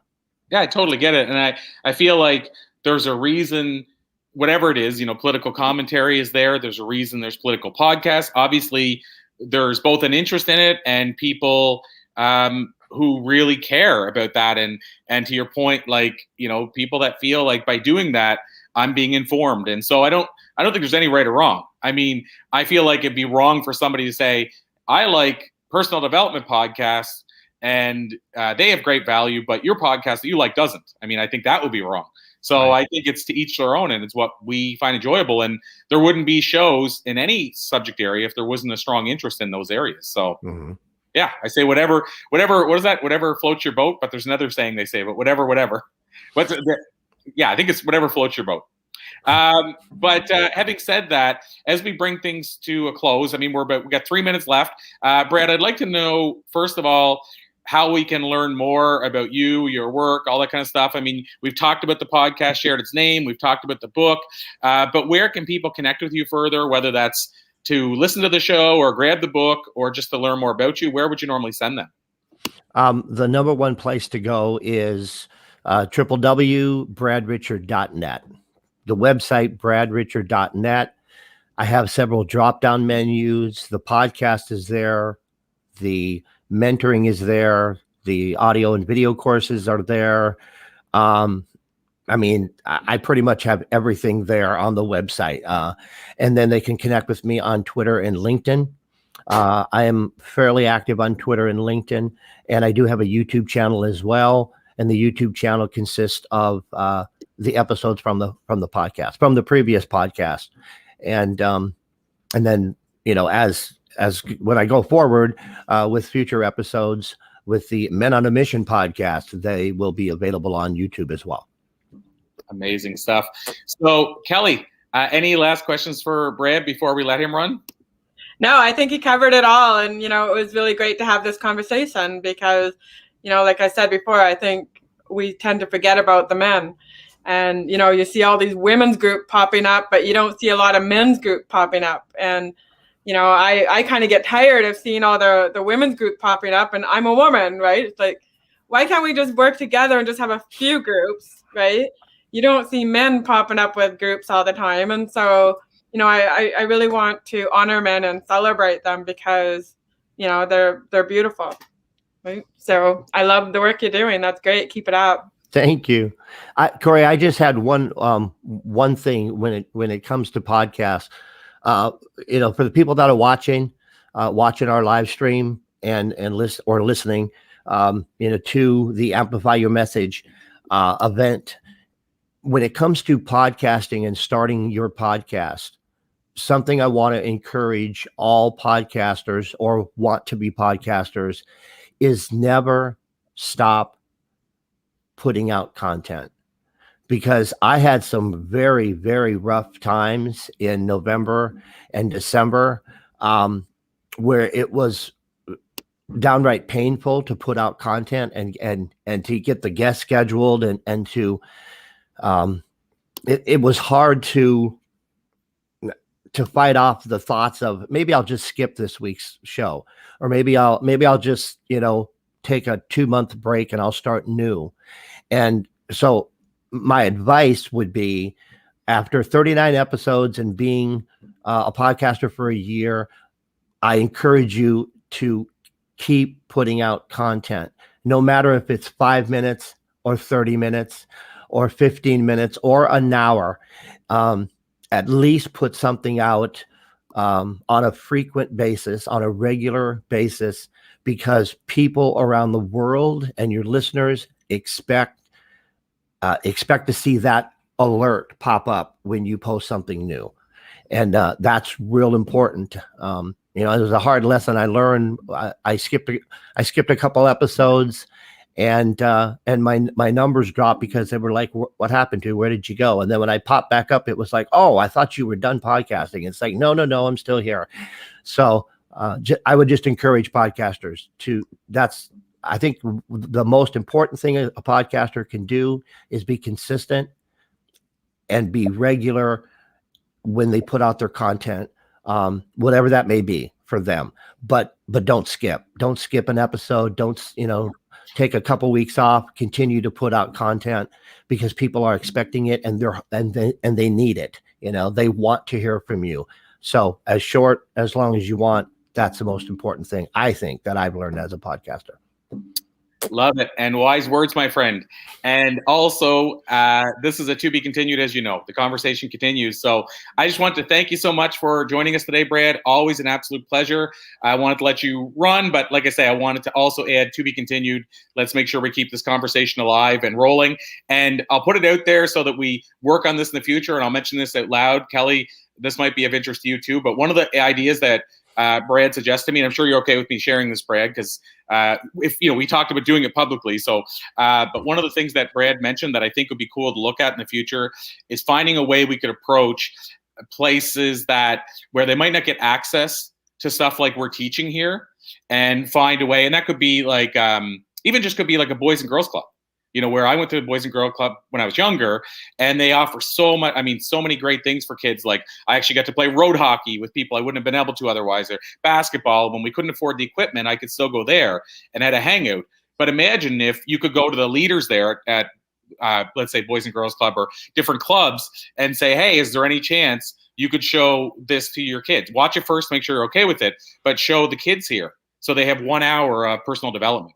And, I think that's such an amazing idea. And I think it would be cool if everybody in Blue Talks was up for that, or most people were. We could each go locally and approach somebody, and it'd be a way to give back. But you never know. It just takes one kid that hears a message that changes their life that could change the world. So anyway, I just wanted to put that out there, Brad. So by putting it out there, I'm hoping it'll make it so that it's something we move forward on to make happen in the near future. Yes, it's greatly needed. Leadership and, self-help and self-improvement. I mean, the young people out there, the teenagers out there, that's not something that's available to them, and it should be. I mean, adults are inundated with self-help and self-improvement, but the young people are not, and they should be. They should be able to access that as easy as YouTube, Google, TikTok, or anything else. I mean, all these different things they have access to on the internet, but they should have access to helping them become stronger young people, so they can become incredible adults. Absolutely. And the cool thing is, it doesn't take that much. Like, if you think about like a Boys and Girls Club, if they planned it, once a week or once a month, they could literally just have a screen set up and everybody watch it all at once. They don't even have to have separate internet access. So right. That's something I want to explore. So I just wanted to put it out there and also give you credit for that idea, Brad. And let's see where that goes from here. Cool. Awesome. I appreciate it. Thanks, Kelly. Thank you, Brad. Great to meet you. Great to meet you too. Awesome. We'll let Brad run. And wow, amazing stuff. I think, Kelly, great. Brad had some great insight there. Great to have him on. One of the things I want to ask you, but before we bring our final guest for the day on, and I say that last but not least, we'll call her. She's going to be an amazing guest as well. But I wanted to get your thoughts on one thing, and maybe she'll weigh in on this when she comes on as well. One is something I experienced today, and the other one is something that Brad just said that I want to talk about as well. But one is the is prospecting on social media. I'm sure we all experienced this. That essentially, these days somebody adds us, and then 10 minutes later we get a message about how they could do business with us and how we could be working with them. So basically like a pitch as soon as you meet someone. And I'd love to get your thoughts on this, Kelly. I'm sure you get this happening. Well, I had one person, and again, I'd never say a name, so if the person themselves listening, sorry, but if you say stuff like, if you put stuff out there, I'm probably going to share stories. I'm not going to say your name ever, but somebody approached me, and when they added me, and I'm not one of those people like my Facebook, unfortunately, I wish Facebook didn't have a 5,000 limit, because mine gets to the limit and then I have to make decisions. But my point is, so when somebody wants to add me, I don't go, how do we know each other and all that, but like grill them. But at the same time, I have to think about, I only have room, like I only have a little bit of room left. And so somebody added me, I didn't know who they were, and they are in business. And they sent me a message probably an hour later after the ad and said, hey, would you join my group? And same thing, I'm kind of overwhelmed with how many groups I'm in right now, but I still said, okay, they asked kindly if I joined the group. They sent the link. I said, sure. And I hadn't joined the group yet. And then I was planning to, but I hadn't joined the group yet. I get another message half a day later or a day later. And they said, hey, what's the one thing you're struggling with right now? Everybody's struggling with one thing. And what's the one thing I could help you with in business, and et cetera, et cetera. And on one hand, it's nice that they're approaching it like, I know I'm only asking because I know everybody struggles with something. But at the same time, at the end of the day, it's still basically saying, is there a way that you could hire me? Like, is there a way we could do business together? And bear in mind, again, it was a cold ad the day before. And then I already had an ask, which was, you join my group. So that's an ask already. And now I'm having a second ask. And I said the truth. So I'm just going to finish the story off quick. I said the truth, which is that right now I'm working with multiple coaches. I have 2 coaches, a high performance coach and another coach to help me on a different side. I have somebody working with me on the scaling of one of the businesses. I am a member of 3 masterminds, 1 of my own, and then 2 that I'm a part of. So I feel like everything's on the right path, personally and professionally. And so I don't really need an extra person. And I basically said that. And I said, now, so and this is maybe wrong, but then I said, but you mentioned everybody has one thing. So now I'm curious, what's the one thing you're struggling with? Here's the interesting part. That was 4 hours ago. No reply. And of course, Facebook, unfortunately for us, I can see the person saw it and they saw it immediately. No reply. So my point about all this is that tells me a lot about that person.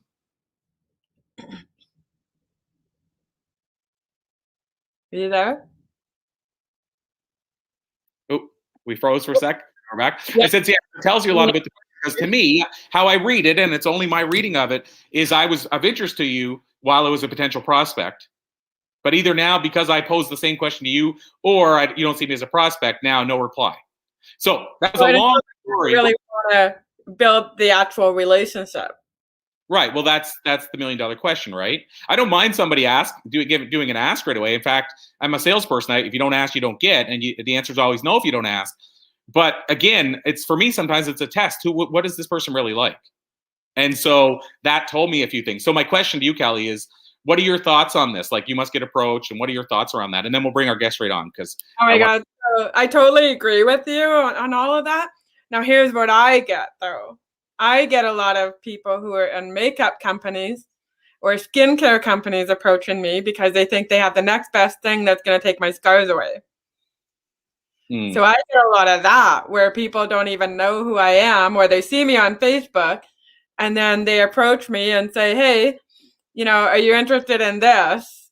Right? I've got this skincare line, and sometimes they'll come right out and say, hey, we've got a special product for people with scars. Other times they won't. And I'm just like, oh man, right? Like, it drives me crazy that they instantly think that I want my scars to disappear. Yeah.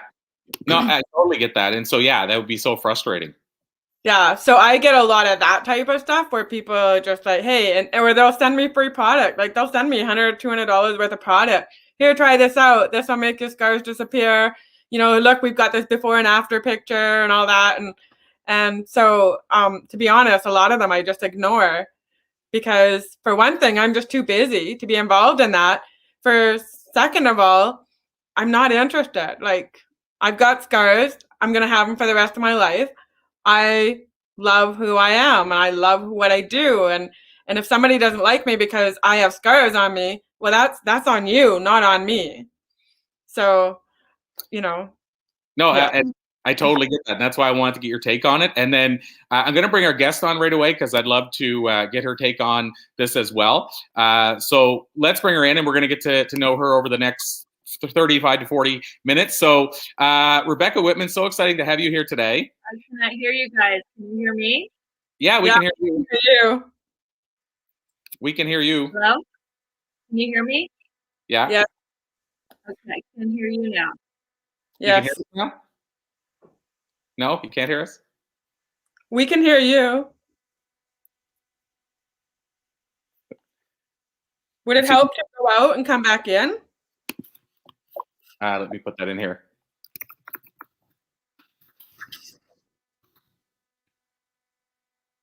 It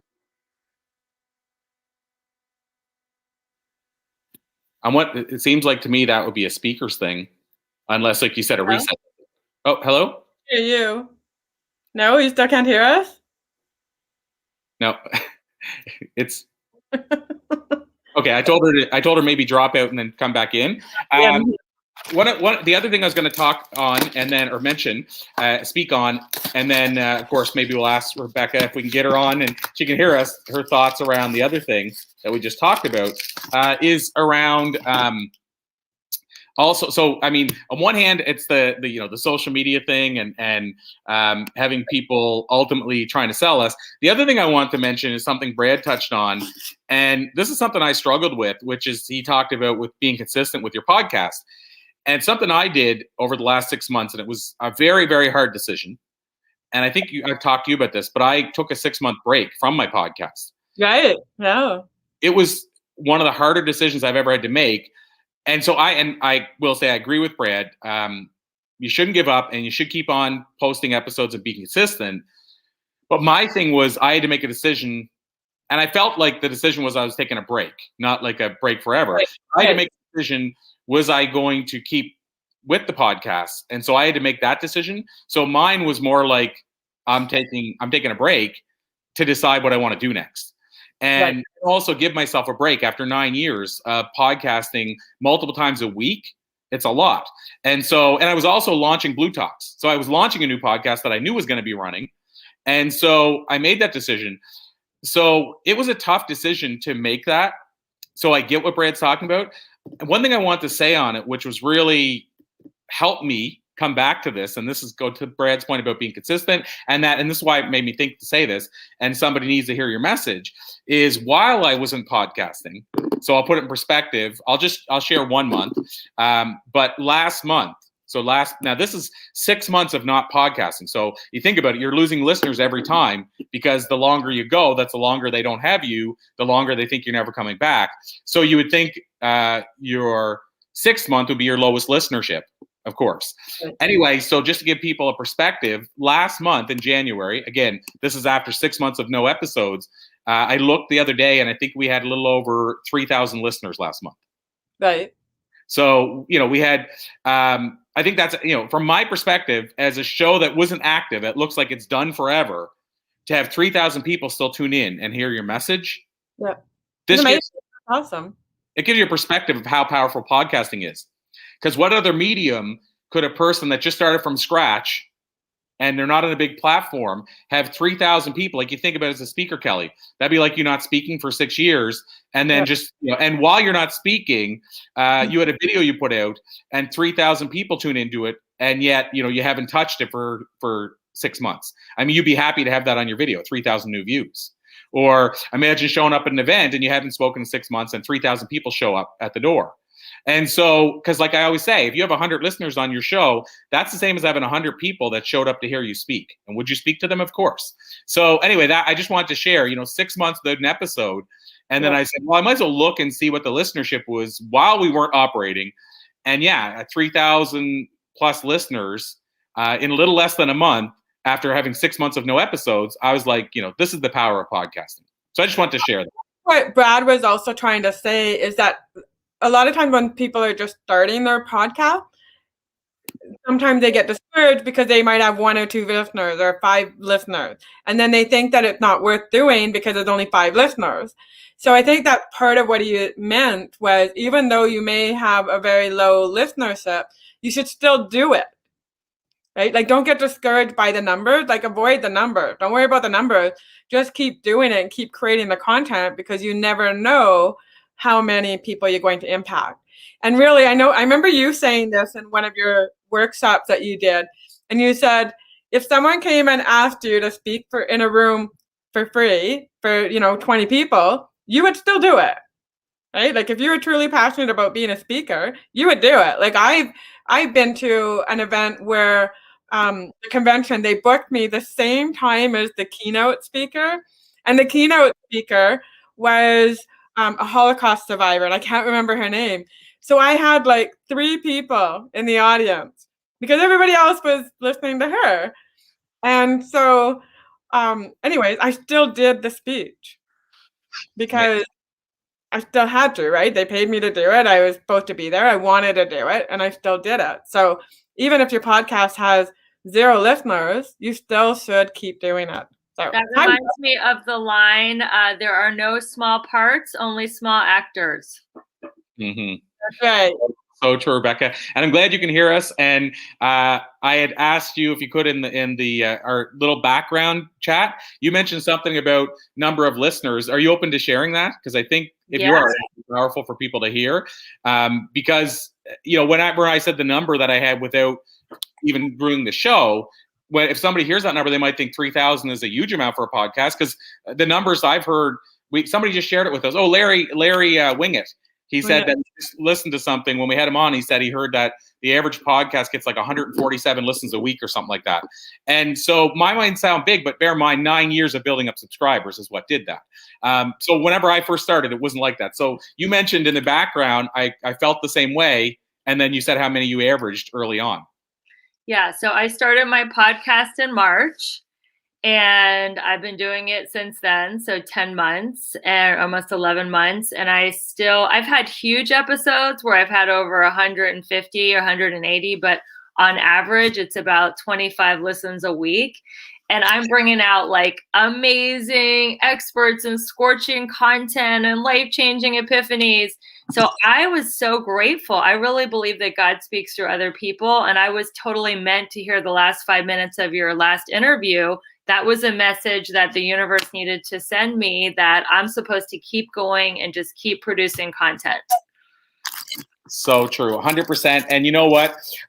One of the things that people will discover is the longer and the more the world we're in now, the longer and the more we compete with so many other people, and the more platforms that are out there, these small listenerships are going to be the norm. But of those 25 people, one of them could become your best client, or you could change their life. Yes. And that's what we always forget. Like Kelly said it, and we said it a couple of times here this past week. But if you think about it, again, if you had 100 listeners on your show in a month, because you said 25 a week, would you go to an event to speak to 100 people to impact their life? And I think we all know the answer for most people. Yes. So, even Brendan Burchard now, obviously at the level he's at, he might not go to speak at 100 people. But the point is if he had if it was nobody or 100 people, I bet you he would. Absolutely. Impact lives. So I think it's at the end of the day, we have to realize these are real people, real listens, and not numbers on a box. Yes. And the people who have listened of like, oh my God, the person, when they said this, it changed my life. So even if you change one person's life, it's worth it. Well, and to that point, and then I want to dive into who you are, because we haven't even done the intro yet. But, I talked recently about with my book that we had somebody who's and again, I won't share her name until she's ready to share it, but she's a fairly big name influencer, has a lot of followers, and she was ready to throw in the towel on her business. And she told me and this is recent, over the holidays, she read my book, and it was actually, she won it for free on this event. She wasn't something she paid for. The book arrived for free. And she said she read the book, and something, like, she told me what it was. Again, I won't say what she said, but there were a few things in the book that she read when she was at a crossroads. What do I do next? And the ultimate thing that she decided was, I need to go even further with what I was thinking about quitting because of things she read in the book. Well, the point of this is, what if she was the only person that ever read my book? But yet, as an influencer herself, she goes and puts out a post that has 5,000 people crying and makes them change their life. That means indirectly, my book that I wrote for only one person changed 5,000 lives. And even if it wasn't 5,000, what if it was just her and then she changed one life? Mm-hmm. I mean, how do you put a value on the changing of someone's life or transforming someone's life? So I think it's important for people to recognize we got to get away from always making it about the numbers, because the truth is the numbers aren't going to seem as big anymore in the future anyway. Like podcasting, you can create your own niche with a small audience and you don't need a massive audience to crush it. And that's going to become ever more important, in my opinion, because there's an interview I'm going to air that we pre-recorded. I'm going to air it later on today with Sean Douglas. And we talked about the fact that in podcasting, in another year or two, you're going to see, and I mean, Netflix probably already has their own podcast, but you're going to see like Netflix presents, Coca-Cola presents. You're going to see the big brands put all their money behind podcasting because it's just a small baby market and it's growing so exponentially. So if you don't get in now and you're saying, well, I only have this many listeners, if you try to get in 3 years, it's going to be even smaller than that. Yeah. So get your piece of the pie and impact those 25,000 people as best you can, change those lives, and know that you only need 1,000 true followers to build a business that can change lives. So, you're doing 100 at a time. That's in a year. You can reach 1,000 true fans. Anyway, I digress. I love it. And I also love that kind of podcasting in the quarantine, how we're doing this video interview. Literally the big networks and, like you said, major brands are doing everything just exactly the way we are. So it's equalizing the playing field in a really beautiful way if you have a message. So true. And so I wanted to jump backwards now a step and say, Rebecca Whitman, usually how we start these things, we jumped in a little bit further because when you couldn't hear us, I wanted to make sure we got that fixed. And then, of course, we were already right in the meat of it. I wanted to ask you, can you tell us a little bit about yourself? That's usually where we start. And then we'll reverse and dive back in again. Yes, I'm a success mentor, and I am passionate about empowering women to go from burned out to balanced, beautiful, and abundant. I'm a graduate of Princeton University. I have 25 years experience in all commission sales. And why my coaching is unique is I combine my love of spirituality and metaphysics with classic business and sales. I have written a book called How to Make a Six-Figure Income Working Part-Time, which I've been doing for 15 years. And it divides life into 7 pillars of abundance: spirituality, fitness, emotional, romantic, mental, social, and finally financial. And when all 7 areas are in alignment, you can manifest your soulmate, your 6 or 7 figure income, radical health, peace, whatever it is you want to manifest. That is so awesome. Oh, is Corey stuck now? I think so. He's either very deep in thought about what I just said or he's stuck. Okay. Oh, now he's back. We're all back now. We froze for a second. Where I think I lost you was when you said whether you're looking for something along the lines of that special someone in your life or trying to build that 6-figure income. That's where I lost you. Yeah. So when you have a balanced life and you have all 7 pillars of abundance and alignment, from that point, you can manifest whatever it is you're seeking. So whether it's a soulmate, more financial abundance, feeling, healthy in your body, these are the 7 pillars of life. And I teach people how to get them to a level 10. Amazing. And so, I mean, the obvious question right after that, is the podcast and was the podcast a part of that? Meaning, did you launch the podcast to reach more people with that and become sort of a gateway for people to discover you in that side? Or is the podcast a separate entity altogether? The podcast is the same format as the 7 pillars. So I interview experts in each of the 7 pillars. So I have a financial expert, a spirituality expert, a fitness expert, relationship guru. So yeah, it is along the theme of the book and the 7 pillars. Awesome stuff. And so you mentioned about, we talked right from the start about number of listeners. Have you found that both sides, I mean, you mentioned that you get really good feedback from people saying this person, what they said was amazing. This person changed my way of thinking. Have you also found that on the business side, when you're speaking with clients, working with clients, has the podcast had added credibility even to people that maybe don't listen? It has. Just saying that you are an author and that you have a podcast gives you a lot of credibility with people because it shows that you have an opinion. You're a thought leader. You can put out content. Yeah, it's so true. And I asked that because Kelly and I talk about this often. When it comes to, say, a book and a podcast to me are similar in this way. A lot of people think, well, if I get on the show, let's say, and or I wrote a book and I got one interview my whole life, let's say, on whatever show it is, network, then that's, if you didn't listen to the show because they didn't attract you, then that's all the value I have from it. And to me, the value is in the credibility you have because you were featured on this show. And you can show even a picture of it. It's the value that you have when you can put this on your email signature if you want, or put it on your website. And people go, wow, she's the authority on this. Right. And so to me, a lot of people think the biggest value is who buys from you the second they see whatever product you have out. Wow. To me, the one that people lose sight of is the brand awareness and credibility factor that happens all the time, even when people don't ever go and open your book. They just go, wow, that guy's an author. Do you know he's an author? But may never read page 1. Yeah, it gives you social credibility and it gets you in the room. And that's the other thing too. It's a great point. It'll open the door. I mean, you mentioned, so there's another thing, and I'm talking now for people that are thinking about getting a podcast or want podcasting tips. Another thing is you hit the nail earlier on the head on a big thing. You're still building your audience, you're still building your show. And of course, when you try to get certain guests on, they want to know how many listeners you have. So it's almost better sometimes whenever you just ask to be on the show and they just say, yay, let's do it. But my point is you just said I've had some like mind-blowing rock star guests on the show, regardless of how many listeners I have early on. And so that's another thing I think people lose sight of.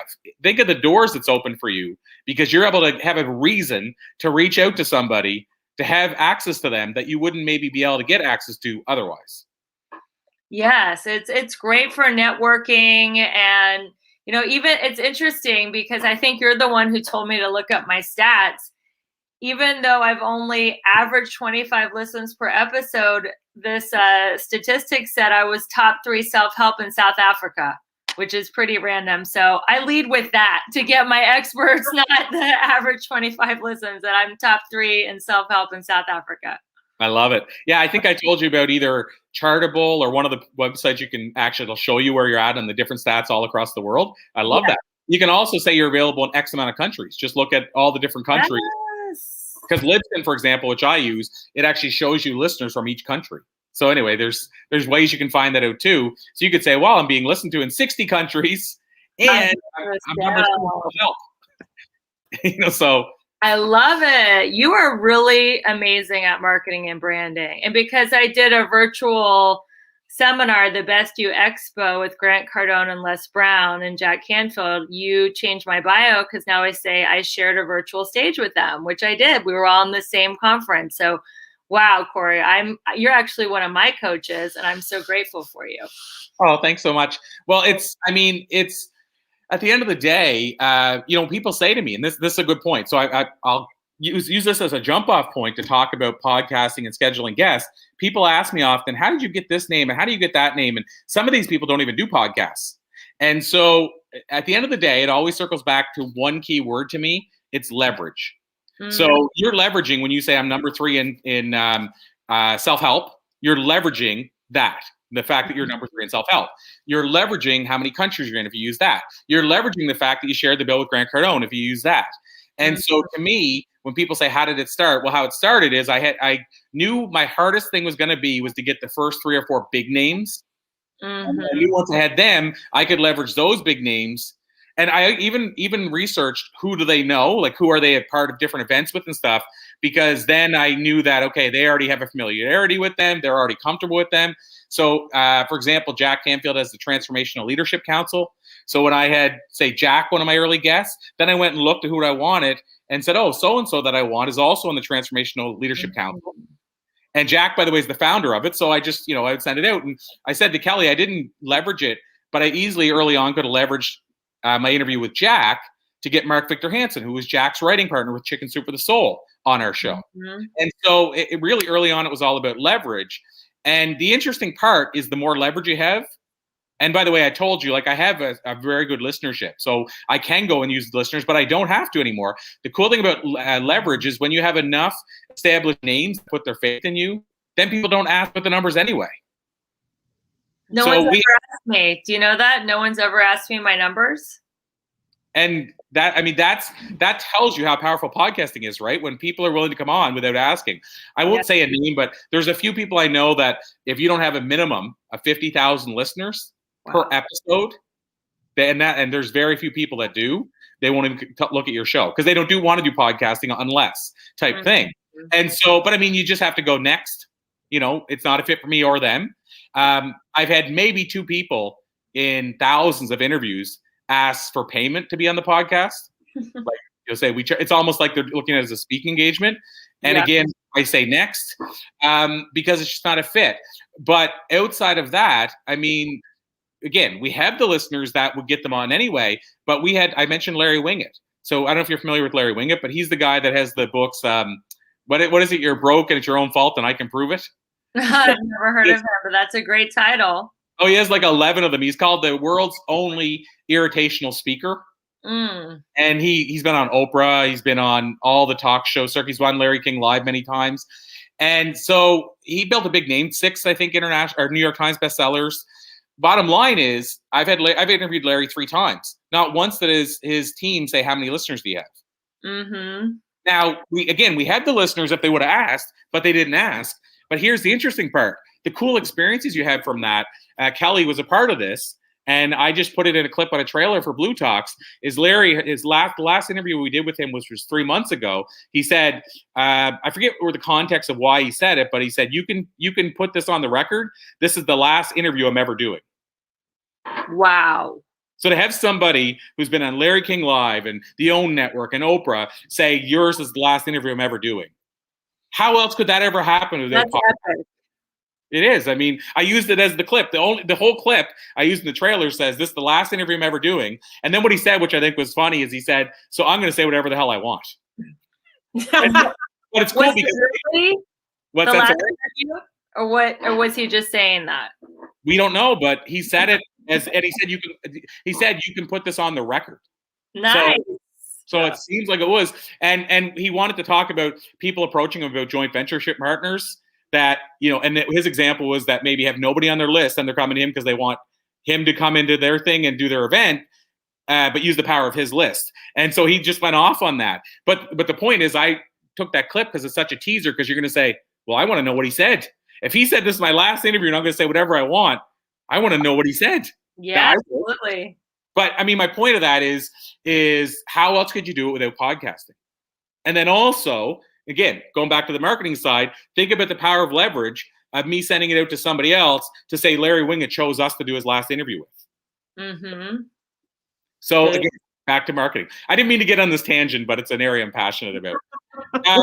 So Rebecca, circling back to the work that you're doing and the podcast and everything else you're doing, can you also talk to the work that you're doing as a coach and a consultant for people? Do you say to them, because this is something that I've toyed with, but do you ever say to them, and maybe even the ones that aren't working with you yet, but you can check out that on my podcast? Like, do you ever use the podcast as a way to build credibility among them? Like, we cover that in the podcast. You should check out our newest episode. Yeah, when I'm coaching someone, if we're talking about a subject that's on a podcast, I'm like, you should check out the podcast. There's an expert who talks about exactly what we're discussing. When did you get a podcast started? Why did you decide you wanted to do that? I started with a summit to build my email list, but I only had a mini summit with like 7 speakers, one for each of the 7 pillars of abundance. And then one of my friends converted her summit into a podcast. And she's like, yeah, it's really easy. You have the Zoom interviews, just get a producer and they can turn them into a podcast. And boom, I had a podcast with 7 episodes. And then I just kept going from there because I love interviewing people. That's my zone of genius, is talking and listening and learning. And I wanted to keep going with it. It was like a no-brainer because it's one of the most fun things I do in my life is podcast interviews. Right. I'll have to add too. I had the opportunity to be interviewed by Rebecca, and I feel like it was for the podcast or the summit. I'm trying to remember now. No, it was just a podcast. Okay, it was the podcast. Okay, and I have to say that because I do a lot of interviews on both sides of the mic, and you have a skill for it. Like you have a very great knack for it, and I feel like I can read that because I've been in enough interviews. 6,500 I've conducted, but then probably been interviewed 3,000, 3,500 times. So you get into the 10,000 range, and you got a good feel for who's good at it. And you have certain people just have that gift for it, or they develop the skill. And whichever one it is for you, I remember that from the interview. Like yours stands out as one of those. And I feel like you put it on YouTube as well, I think, right? Yes, I do. I put it on YouTube. Yeah, so I watched the video of it as well. And I don't always go back and watch them. I mean, again, it's hard to find the time. Right. I know what I said, so it's hard to find the time to go back and listen. But I went back and listened, and you have a skill for it too. So I feel like that's another side of it. It is your genius zone because you're good at it. And or you're good at it because it's your genius zone and you love it. One or the other. Or and both. I would do it for free anyway because I am doing it for free. So I would do it whether I get paid or not because I just love talking to people. I'm really a curious person. Maybe it's because I have a Gemini moon, but I really want to learn. I really believe that everyone has something to teach me, and I'm just really excited to learn about it. And so on the podcasting side, Kelly asked, what made you decide to start a podcast? Early on, I mean, you said you had a friend that said, hey, you can just convert your summit to a podcast. It's easy peasy. But what was that early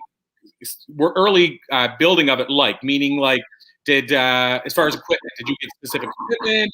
Did you struggle with how to get it put out? Like, for example, how to upload it, or did you have somebody do that? I just like to know the mechanics behind it because people listening that want to start a podcast might know, what does this world look like? So I teach and believe in the law of attraction, and I believe that everything happens to me with ease and grace, and that's exactly how it happened. I put an ad on Upwork. I found a podcast producer in England. All I had to do was send him the Zoom file. He put my intro and outro on it. He uploaded on YouTube. He uploaded on a podcasting site called Buzzsprout, which then goes out to all the major podcasting, Apple, Spotify, Stitcher, all that. And literally, I still don't have any equipment. Like, I don't have a ring light yet. This is just like a regular desk light. I have a mic, but I haven't hooked it up yet. And it is literally for someone like me who's not techie. All I had to do was figure out Zoom, and that was it. It's interesting you say that because normally I have the equipment. I don't often use the mic in front of my face for video interviews, but I have the equipment. I just bought it. I'm going to test it soon here, but it's called a Blue Ice or something mic. It looks really cool. It has like the 3 legs on it, and it's this high, and you speak anyway. So I'm excited to plug it in. And I have another one of the the ones that you'd see like on the Joe Rogan show that hangs down. So I have all the equipment, but I got a new laptop, and I don't know how to hook it up yet on the new laptop. So I've been winging it without it. But yeah, that's one of the things that I think is, for some people, it's the obstacle, and I don't think it needs to be. There are going to be people that are going to get mad that you don't have the equipment hooked up when you're interviewing them. There's going to be all those moments you have. But at the end of the day, if it's the one obstacle stopping you from doing it, then you got to question why you're doing it in the first place. I say you fix it in post. I have a sound engineer, and he just fixes everything in post. And I mean, you heard the quality, you listen to it. It's high quality sound. Absolutely. Well, yeah. I feel like most of what we're using for technology is higher quality sound now than it would have been even 5 years ago when people were doing podcasts. Like I started mine 9 years ago, and there's people way before me. So if you think about what that quality would have been like compared to today, and they still have those episodes up, I mean, you're still working at a higher level. I asked those questions though, Rebecca, because I'm in podcast forums where all the talk is about sound, quality and sound. And if you don't have this mic, then why are you even wasting your time podcasting? And you're giving the rest of us a bad name. Like, it's like behind the scenes, like it's like a big deal. And I feel like some of those people are I hate to say it this way, but they're struggling, like they're doing their podcast, and if it's for fun, that's awesome. But they're acting to people like they built this great business with podcasting. And I know for personal conversations, people who act that way, who are still doing the podcast in the basement, it's very much a side thing, but yet they're acting like the other people. I get 1 million listeners because of my sound quality and all the stuff, and they're discouraging people from the industry over sound quality. And yes, I think sound is important. I mean, you can't have a hissing going on every episode you do or something. But if your sound quality is listenable like this is, to me, that's enough. That's at least where people expect it to be. Right. Well, I think people get caught up, again, to go to your book, it's why is more important than how. So if you have a strong why of why you want to do the podcast and the message you want to get out to the world, the how just kind of, revolves itself around the why. So I'm not concerned with how, I'm concerned with why. And it is really working out. And I'm not, technical. I don't know anything about mics or any of the stuff you're talking about. I'm not much further along because I don't even know if this mic I bought hooks up to a Mac. I think it does.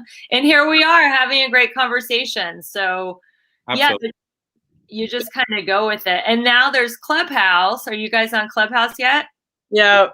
My answer is I'm on it, but I haven't dived in yet. So people say that Clubhouse, might even replace podcasting because it's a more interactive format. I mean, it's amazing what you hear on there and the panels. And I love podcasting, and I don't think it's going anywhere, but there's a new kid on the block with Clubhouse. Yeah. I've said this openly. It's funny because I had the guy I mentioned, Sean Douglas, who we had to do a pre-record interview, and I'm going to air it later today. He's not sold yet. Like he's one of these people that he said, I wait until, and he told me the point, which is really cool. Like he's an early adopter, but he's not the earliest of adopters. And he talked, and it's a valid point. The way people are talking about Clubhouse now is the way. Now, I think Clubhouse is a different breed, but I'm going to just be honest as far as my take on it from the outside looking in. The way I'm hearing people talk about Clubhouse now is the same way I heard even some of those same people talk about Snapchat, talk about, and on, talk about even Vine, if you guys remember Vine. Mm-hmm. And and those things look like, especially Snapchat, looked like it was going to take over the world. Mm-hmm. And it had like 10 million people on it like within a month. I mean, it was growing faster even than Clubhouse is. Now, Clubhouse is invite only, so that's going to slow its growth anyway. But my point is that I'm not sold that it's going to be the one that takes over everything. But I'm also too concerned that it won't be, that I'm not willing to not go on it. Does that make sense? Like, and by the way, if it's only a huge thing for 6 months, who cares? Get in for that 6 months and build great relationships with people that will follow you elsewhere. Exactly. That's my take. But I guess what I'm saying is I'm not completely convinced it's going to be the one that takes over everything. But at the same time, we have no way to know it's not. And sure, when Instagram started, a lot of people are like, well, Instagram will be like Pinterest, and Pinterest is still around, but Instagram will be like Pinterest and it won't be as big later. Instagram's as big as it's ever been. What I love about Clubhouse and podcasting is it's not this artificial look that you're contriving with your lifestyle and your image and filters. And it's all just what you're saying and how you communicate. And it's more intelligence-based than looks-based, which I think is really cool. Yeah, Kelly said yesterday her only complaint is she doesn't like that it doesn't have a chat feature, that you have to go to another platform to chat. Now, I've heard other people that, like Tasia was on yesterday, who's really active in Clubhouse, and she likes that because it helps build your Instagram. Like, it helps build your other platforms. Yeah, I like Instagram, so I'm on it, and I have a bunch of followers, but to me, it's just one more thing that I need to do. And so I don't like that if I'm in Clubhouse, in order for someone to message me, then I have to go to Instagram to find that. Because I don't check my Instagram. I might check Instagram once a month. I feel that way about TikTok, Kelly. Like, I feel like, oh my God, I have Instagram, LinkedIn, Facebook, now Clubhouse, Twitter. Like, I know people are saying TikTok is where all the leverage comes from and all the followers, but I have not even gotten a TikTok account yet. Well, I like TikTok, but I use it as an entertainment thing. For me, it's an entertainment thing. I'm kind of bored of something and I'll go watch some videos. So I like that part of it. And I have a TikTok account and I've made one video of my cat. Did it get any views? Pardon? Did it get any views? I don't know. I haven't checked. I think it's got one, my daughter. Wondering what her cat's doing on TikTok. And but anyways, I haven't found a way to, like I don't really like video for me is very hard. Like I have to push myself to do it. And so I find that with TikTok, trying to do the TikTok videos especially because they're so short, they're 15 seconds to 1 minute. Mm-hmm. So it can be hard sometimes to make your message that short. Yeah. So, yeah. And Clubhouse is the opposite, right? Tasia, I think was saying yesterday. Somebody said to me yesterday that, Tasia, I think that it can go like a club can be going like past 24 hours. They just keep handing out different moderators and like it just can be going around the clock and stuff like that. That's the exact opposite of TikTok. It's the party that nobody leaves. What do you use Clubhouse for then, Rebecca? What do you use it for? Like, do you have your own room or you just do it for fun? I am hosting my first panel on Sunday, and it's going to be the 7 pillars of abundance. And then I have a health and nutrition expert. So we're going to drill down in the second pillar, the health and fitness. And it's going to be my first time. But I thought I'm probably going to have a weekly room there about the 7 pillars, and each week maybe discuss a different pillar in depth, either with a guest expert or myself, or just take questions. So I do see the value in it, and I'm going to start my own week, at least weekly. Some people have rooms like every day. I can definitely find the time to be on there weekly because I think it's a great way to get new connections. Right. Yeah, the weekly side that appeals to me. That's my other fear about getting on Clubhouse is, again, I don't have enough time now. Now, I did eliminate Twitter from my life to a large degree. It's still there, but I don't use it. So I feel like, okay, well, I have room a bit, and I don't use Instagram that much. I'm more LinkedIn and Facebook is my two. Yeah. And I actually don't LinkedIn. I got to start using it more. I know the value of LinkedIn and the power of it. I just I've been guilty of not jumping in as much as I should, but I feel like LinkedIn, Facebook, and Clubhouse should be my 3. But I am scared about the Clubhouse thing of getting too, like, I'm one of those people that could jump in and go, and like Tasia said yesterday, oh, look, a chat about this. Oh, look, about this, a room about this. And then pulled in, and I'm worried about the loss of time. So we'll see. I'm going to have to be very strict on my time with it. You have to set a timer on your phone, Corey. Yeah. I'm probably going to have to, because otherwise I could be that person that gets pulled in. But I mean, the other side, and I'll ask you, but this is your thoughts on it with Clubhouse. Do you feel like it's going to be also something that benefits your podcast? Meaning, like, do you feel as you're growing in Clubhouse, will you leverage it? For example, will you say, and if you want more right now, come over to the podcast, because you said you're only going to go once a week, whereas the podcast it's evergreen, so it's 24/7. Like, will you leverage it to the other, or do you think they'll just be separate entities for you? Well, so the lecture that I'm doing Sunday morning, I'm doing it because I'm doing a Valentine's Day Manifest Your Soulmate workshop on Zoom. So I am already going to be taking the lecture that I'm doing Sunday morning on Clubhouse and promoting the Zoom seminar, Manifest Your Soulmate. So I'll probably, promote my Instagram and my podcast. I think of it as a great way just to meet new people that would have never heard about my coaching and my work. So yeah, I hear a lot of the talks, and the moderators are promoting their Instagram and their podcasts and everything else. So I think it's all connected. Here's a question for you, and then we'll circle back to I want to know how we can learn more as we wind down and all that kind of good stuff. But as far as the Clubhouse side of things, and you guys, one of you or both of you might be able to answer this for me. I know it's not on Android yet. I know it's Apple right now. Do you guys know if you have your Mac, if you can download apps? Is there any way, shape, or form it could be put on your computer, or is it phone only? I don't even know how to do a mic for a podcast, and you're asking me this? I have no idea. I know that if you don't have an iPhone, like, what are you doing? That's just another sign that you should have an iPhone, because I feel like it's the cutting edge of technology. So I don't really believe that 5G is going to like blow up the world and fry your brain, and like it's the government monitoring your every breath. Like, I just feel like it's the cutting edge of technology, and get an iPhone and join Clubhouse and get the most out of your technology. So I asked this. I have 2 iPhones. So I asked this because I have it on my iPhone. I like working on my laptop better than my phone for everything. And I with like my Mac and even my phone calls. I don't pick up the phone and use the phone anymore. I like actually use my laptop to make the phone call, because I like bigger. Like, I don't like I'm doing stuff like this all the time. So I just didn't know if it's like because I can download apps, I didn't know if it's possible to put on your Mac. So, I mean, I would guess so, because a Mac has the app store.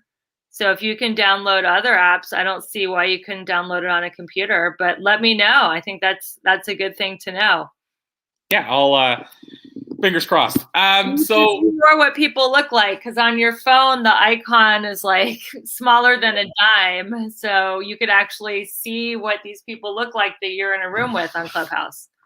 Well, I feel like I'm part of the young and old guard, because on one hand, I really would prefer to do almost everything on my laptop. Like if I'm typing a text, I even type my text on my laptop because I hate this. So that's just personally me. I'm in the minority for sure. I mean, everybody's doing everything on their phone. So I'm in the minority. So if it doesn't work, it's irrelevant because I'm only one person.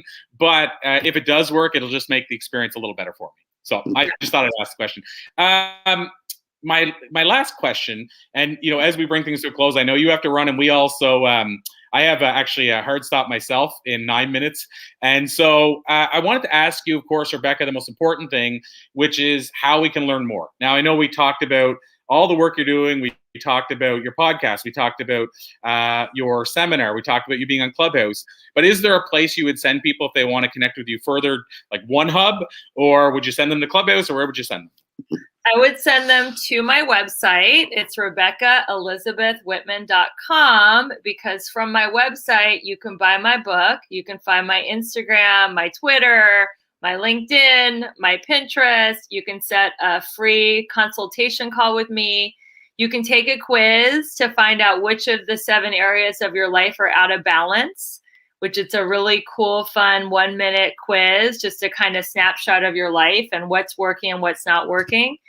And yeah, I would love to keep in touch with your listeners. I'm having a really cool seminar, How to Manifest Your Soulmate. It's literally how to go from date 1 to having the relationship of your dreams.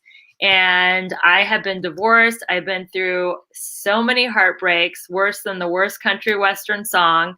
And now I am engaged to the man of my dreams. So I know exactly how to do it because I just did it. And I'm so excited to share with people on Valentine's Day how to do it so they can feel inspired instead of lonely and defeated that they don't have a Valentine. Wow. Well, we even talked yesterday, which I didn't plan, but we even went down the path of talking dating yesterday. That's how we kicked off the show. We had Kelly and Rob Garcia both on talking about dating, because Rob puts a lot of his dating stories on Facebook, which might be a tip for not manifesting somebody, because everybody knows they're going to be written about. But if Rob's listening, Rob, you need to reach out to Rebecca and talk to her about this. But anyway, yeah, so that's amazing. So your Clubhouse handle, I guess we should ask, because I don't think that's on your website yet, right? I just looked at your website. There was no, it's so new, there was no integration for it. My Clubhouse handle is Rebecca Whitman. Okay, so nice and easy. Nice and easy, right, Kelly? You found me right away under Rebecca Whitman. Right away. There is some other Rebecca Whitman, though, but I did find you. So that's awesome. Whitman. I'm putting Clubhouse.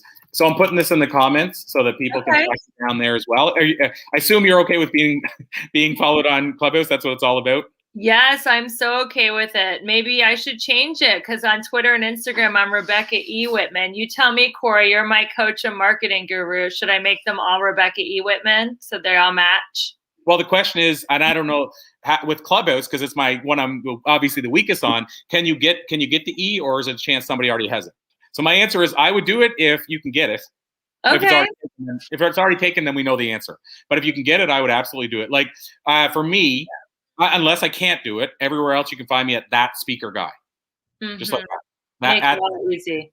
Yeah. So if people are used to going to the other ones, they're going to probably search you with the E, and they might even say, "Is that a different Rebecca Whitman?" Right. There is a bunch of other Rebecca Whitmans on Clubhouse. Because when I searched for you just now, it was like, oh, okay, which one is her? So I will look into adding the E. All right. Yeah. Make it happen. Awesome stuff. Rebecca, this is a pleasure, as I knew it would be. Sorry for the hiccups at the first. That's why we went a bit longer. But we appreciate you, honor you. Thank you so much. And with your permission, I'm going to call it a to be continued. All right. I like this technology because it's raw and real, just like life, and it's messy. And, we just keep going. I just kept calling in until we got the sound. So thank you so much, Corey and Kelly. I love being on Blue Talks. I love being part of the community. I can't wait to speak with you at Harvard University, COVID permitting. And I'm just so excited to be a part of the community. So yeah, thanks for having me on. Awesome. Yeah, it's the feeling 1,000% mutual. Thank you so much, my friend. We'll let you run and have your magic. Thanks. Thank you. Bye. Awesome stuff. So Kelly, we both, I know, have to jet. So I have a walkthrough to do with, it's actually to do with Blue Talks on our C-Suite network, because we're getting that page up and running for Blue Talks as well. And so I have that rated in 5 minutes time. Plus, I haven't eaten anything or anything for like probably 3 hours. Plus, I haven't went to the bathroom. So I have a lot of reasons. I need to 100%. But so I'll just finish off by saying thank you so much, everybody, for joining us once again. And I'll add in that, as always, if you want to know more about Blue Talks, go to bluetalks.com. Whether that means you want to know more about speaking at one of our events, you want to know more about being in one of the books, whatever that looks like, you can reach out to me through bluetalks.com. And Kelly, you shared yours yesterday. What's the way they can reach out to you? 7stepsauthor.com. So 7stepsauthor.com. Join Kelly there. Reach out to her. And then we have one more day tomorrow. And I shared it yesterday. So if you don't know who the lineup is, I'll put it back up on the screen for 2 seconds. You can go over to this website, and if you scroll down, you can actually see the lineup. There's 5 more speakers tomorrow that are going to bring their A game and crush it. So we're still not done yet, and hopefully you've been getting amazing insight all week. So Kelly and I'll be back again tomorrow. And let me check, because today was a different start time. I think tomorrow, because we have 5 speakers, so I think it's a full day. 11 Eastern time. It is 11 Eastern tomorrow? Yeah. Okay, yeah. So we start at 11 Eastern tomorrow, so we have our full day with 5 speakers. And then when I get a breath here today, I'm going to put up Sean Douglas's interview that we did, which was a pre-record. I'll put that up as well as a separate piece altogether. So thank you so much, everybody. You guys all rock. Thank you again, Kelly, as always. And I'll let you run. I'll let everybody else run. And Kelly will be here tomorrow. Thank you so much. Bye. Friend. And now